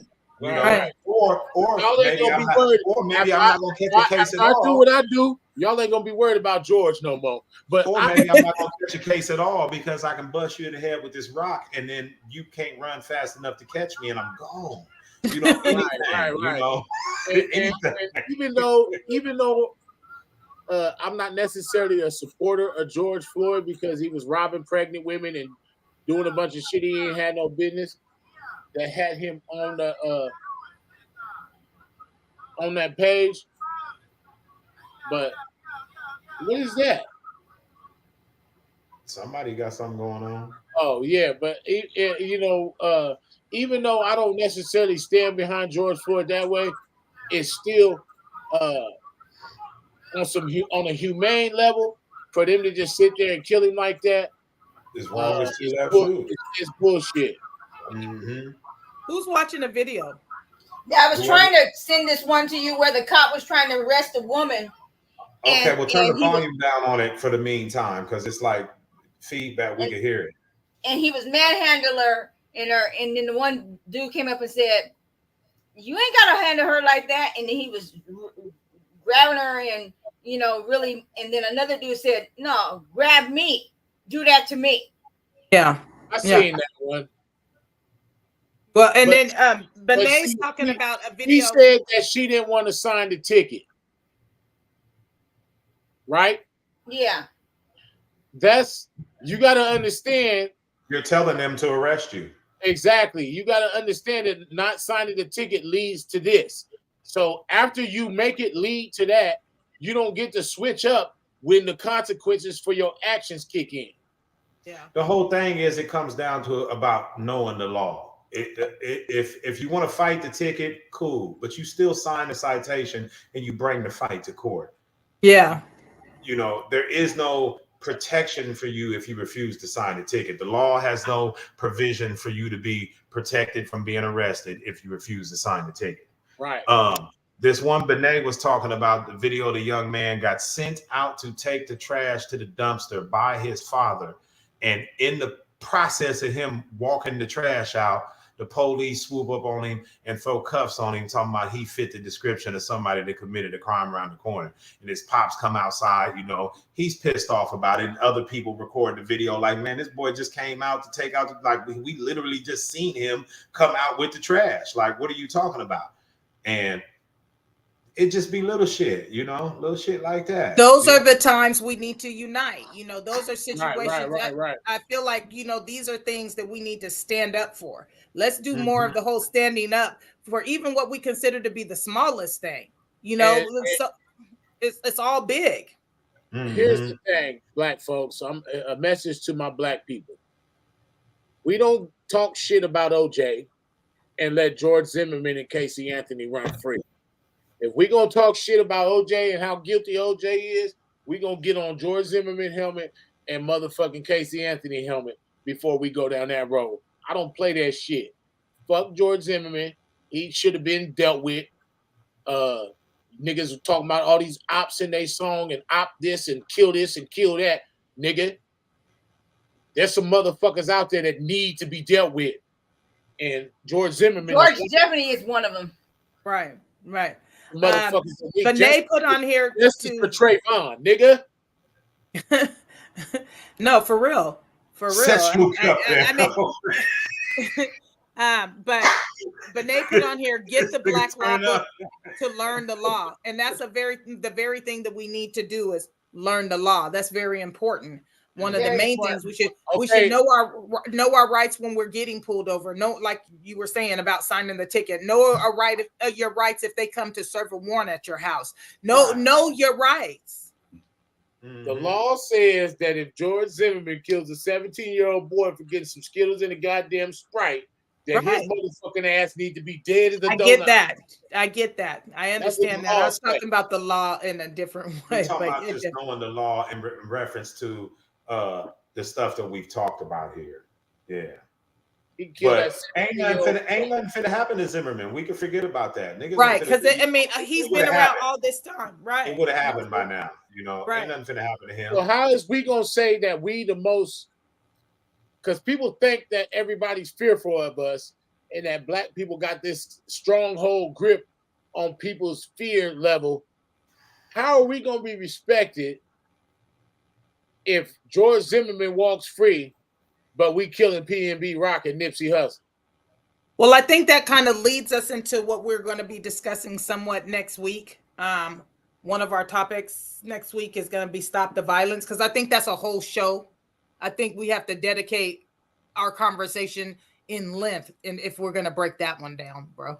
I know. I'm just saying, like, out loud, kind of like, because I get what you're saying. No, I feel you. That shit to me, like, if I thought for 1 second, listen, and I know y'all ain't gonna agree with this, but if I thought for 1 second that actual change would come, I put my life on the line for that shit. Yeah, that's no, the I thing. don't agree with that. I don't want you to put your life on the line, but we have to count that there's some that there are some soldiers that are going to be lost. That's what's going to have to happen if we really want to embark the kind of changes that we want to see. Yeah, some loved ones are going to have to be lost. You're right. Do I want it to be you? Do I want it to be mine? No, but if we're going to turn this thing around, yeah, you're right. Somebody's got to start somewhere. There has to be some people. Gonna lie, that George Zimmerman shit, I can't. Like that to me, in order for blacks to have any level of respect, that got to get dealt with. It's not going to happen though, and the reason why it's not going to happen is because by large, the people who have the mental capacity to carry out such an act, their attention is focused on other shit. But how is George Zimmerman not considered an op though? I just said it. Their attention is focused on other shit. They don't give a fuck about Trayvon Martin. That's crazy. Because they don't give a fuck about black people as a whole. I agree with Niece. 17-year-old boy minding his own motherfucking business, talking to his girlfriend on the phone, getting some goddamn Skittles and a Sprite. I'm just with what my niece just said. If Trump gets reelected, get ready for it to go down, and that's agreed. So damn real. We ain't ready though. We get ready. Get ready to say.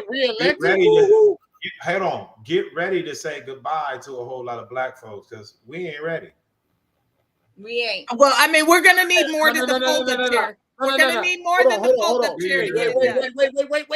Wait. One thing I learned from prison is them gorillas gonna come in the midst when that shit crack off. I know, but we're not talking about fist fights and hand weapons. We talking about it doesn't matter. It don't matter how many gorillas come. Don't underestimate them gorillas in the mist. I'm telling you, them gorillas in the mist. We talking about war, homie. Bullets, right. armory. Them gorillas gonna show up, bruh. They take niggas out in large masses.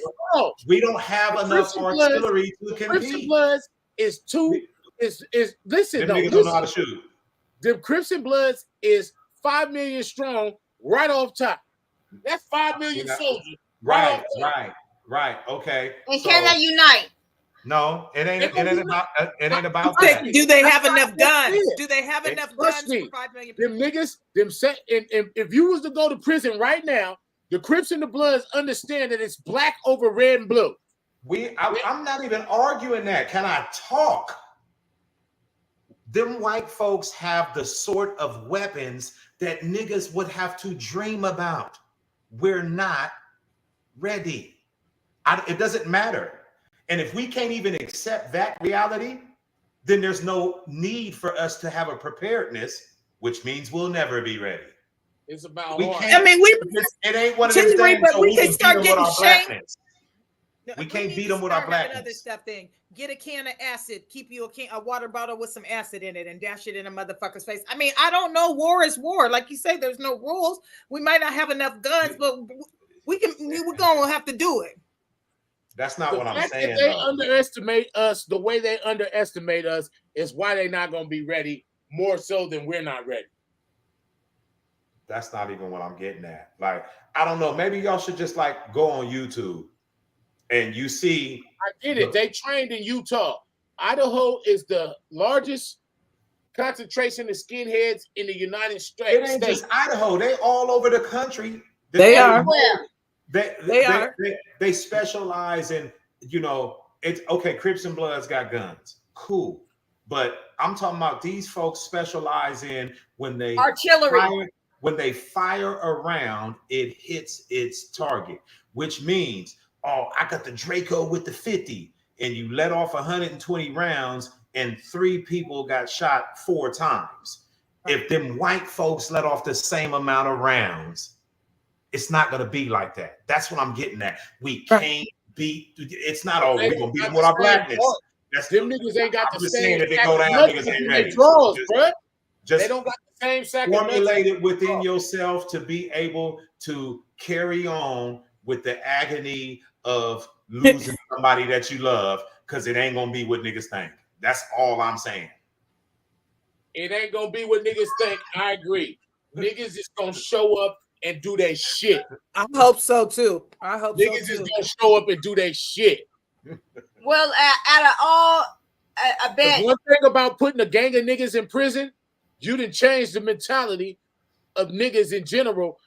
The niggas in prison are the most powerful niggas around.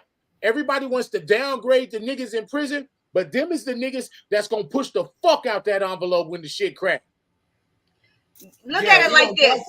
Look at it like this. If we had a purge, the movie Purge, okay, where they come and kill you, okay, if you're not protected and you don't have the set stuff in place, that's how it's going to be. Them white motherfuckers ain't coming to the hood. If we had a purge, them motherfuckers ain't finna step one fucking foot in the hood. Y'all must be thinking about IT techs that work at Google. That's what I'm saying. Like, I don't know. To me, the fastest way to get your ass whooped is to downplay the prowess of your enemy. It is not gonna be no easy win. That's all I'm saying. And if you think that, you might as well just lay out there and wait to get some shit dropped on your head. Because I'm telling you, they are gonna come to the hood. They are gonna come to the hood, and they're gonna come with more guns and the type of guns that niggas ain't even dreamed of seeing. They're not gonna come with guns. They're gonna come with bombs. After that first wave, niggas is gonna wake their game up, and they're gonna understand what they really against. Because niggas is like you said, I agree. Niggas think it's a joke and switches and all that and 30 dicks and all that shit. They think that shit gonna run these white motherfuckers off. It's not. But man, that's what I'm saying. She said that's what Benet just said. We do not have enough artillery. Right. So what she just said is we have more aggression and are better at hand-to-hand combat. I don't agree with that either. Nah, I don't agree with that either. Yeah, we're not better at hand-to-hand combat because niggas is living by the gun.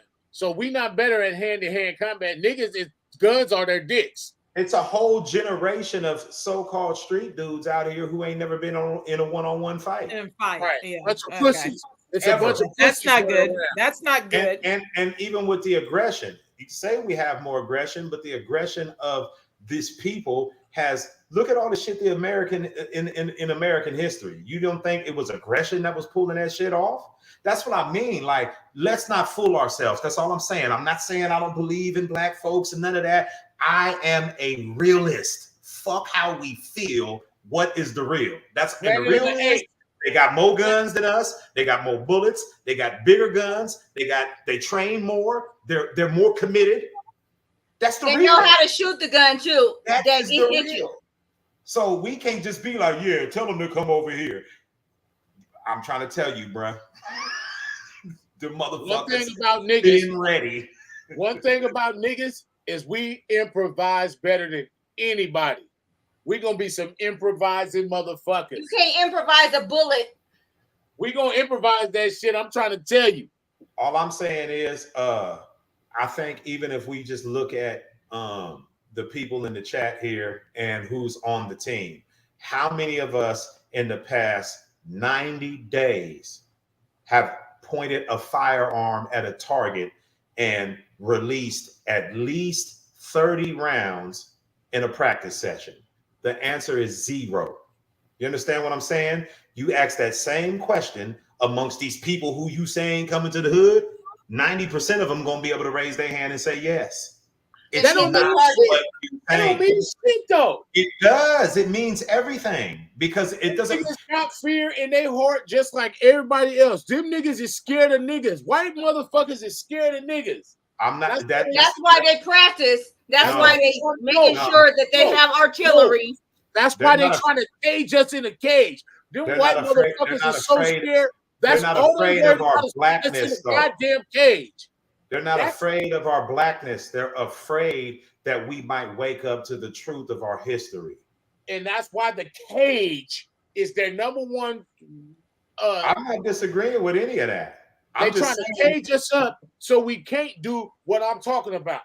I'm just saying, you can't be like, yeah, man, I done been through this, that, and the other. It doesn't matter that you practice kung fu 6 days a week for 4 hours a day. I still beat your ass because I'm black. No, you're gonna get fucked up. And the principle applies here as well. You're gonna get a kung fu ass whooping because you ain't ready. And there's no Hey, listen. See, that's They're where I training their disagree. 3 and 4-year-olds That's how to why I shoot guns. disagree. I'm gonna break that kung fu motherfucker's arm. I'm gonna break his motherfucking arm. Before he fractures your ribs. So thank you guys for joining us today for Four Corners. I'm gonna break You his ain't gonna do that. motherfucking You ain't arm. gonna do that. I'm gonna break his motherfucking arm. Serious right now? Really? Man. I'm gonna bite his motherfucking nose off and spit it back in his motherfucking face. That's what I'm saying. So, That's why I said we can never do a Drink Champs episode ever again. I'm gonna break his motherfucker. I'm gonna bite his fucking nose off and spit it back. I'm gonna chew that motherfucker 3 times, then spit it back in his fucking face. Jisoo is showing up. This You ain't gonna be able song's to- dedicated. You ain't gonna be able to sew this the shit back on. podcast in the gangster league. You ain't gonna be able to sew this motherfucker back on. Yeah. oh God. Hey, I'm going to share this with you guys so that you guys know. Me and Niche were at a place down the street getting some wings and having a drink on Friday night. A man comes in, he's speaking Spanish, but he's a black man. He just speaks Spanish and he knows how to speak Italian too. And he starts trying to talk to us, and Shanisha says, I know Spanish. And she says these Spanish words to him. He goes, what are you saying? She said, or what does that mean? The bartender asked her, what does it mean? She said, I killed for nothing.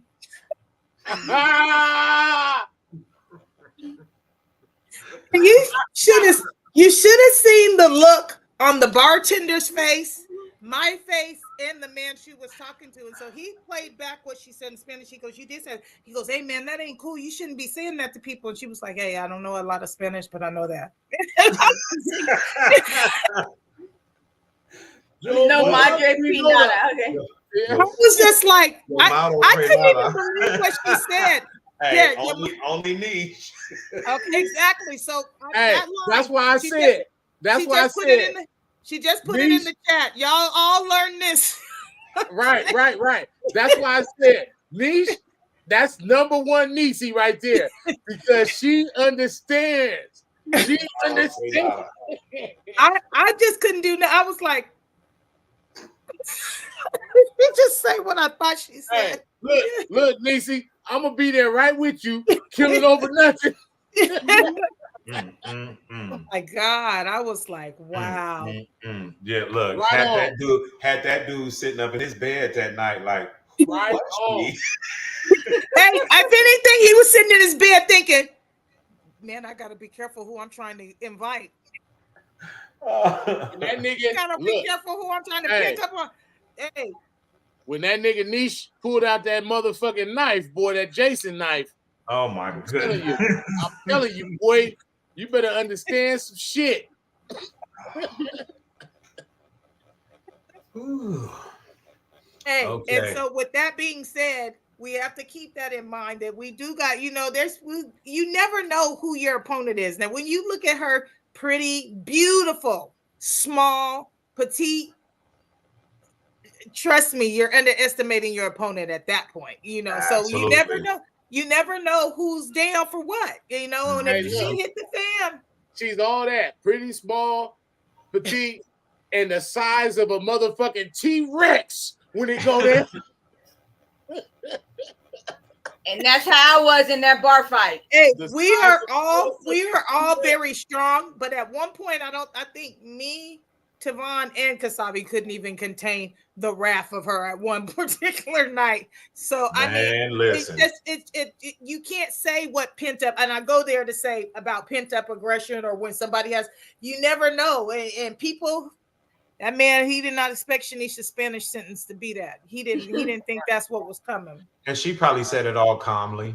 She said it perfect in a perfect, pretty Spanish way, looking just as pretty as ever. And I'm telling you, he went home that night and was like, "Who was she?" Was that Griselda's daughter? He was really trying to figure that one out. Hey, look, we ain't got a lot of black viewers. We ain't got a lot of viewers, period. But check this out.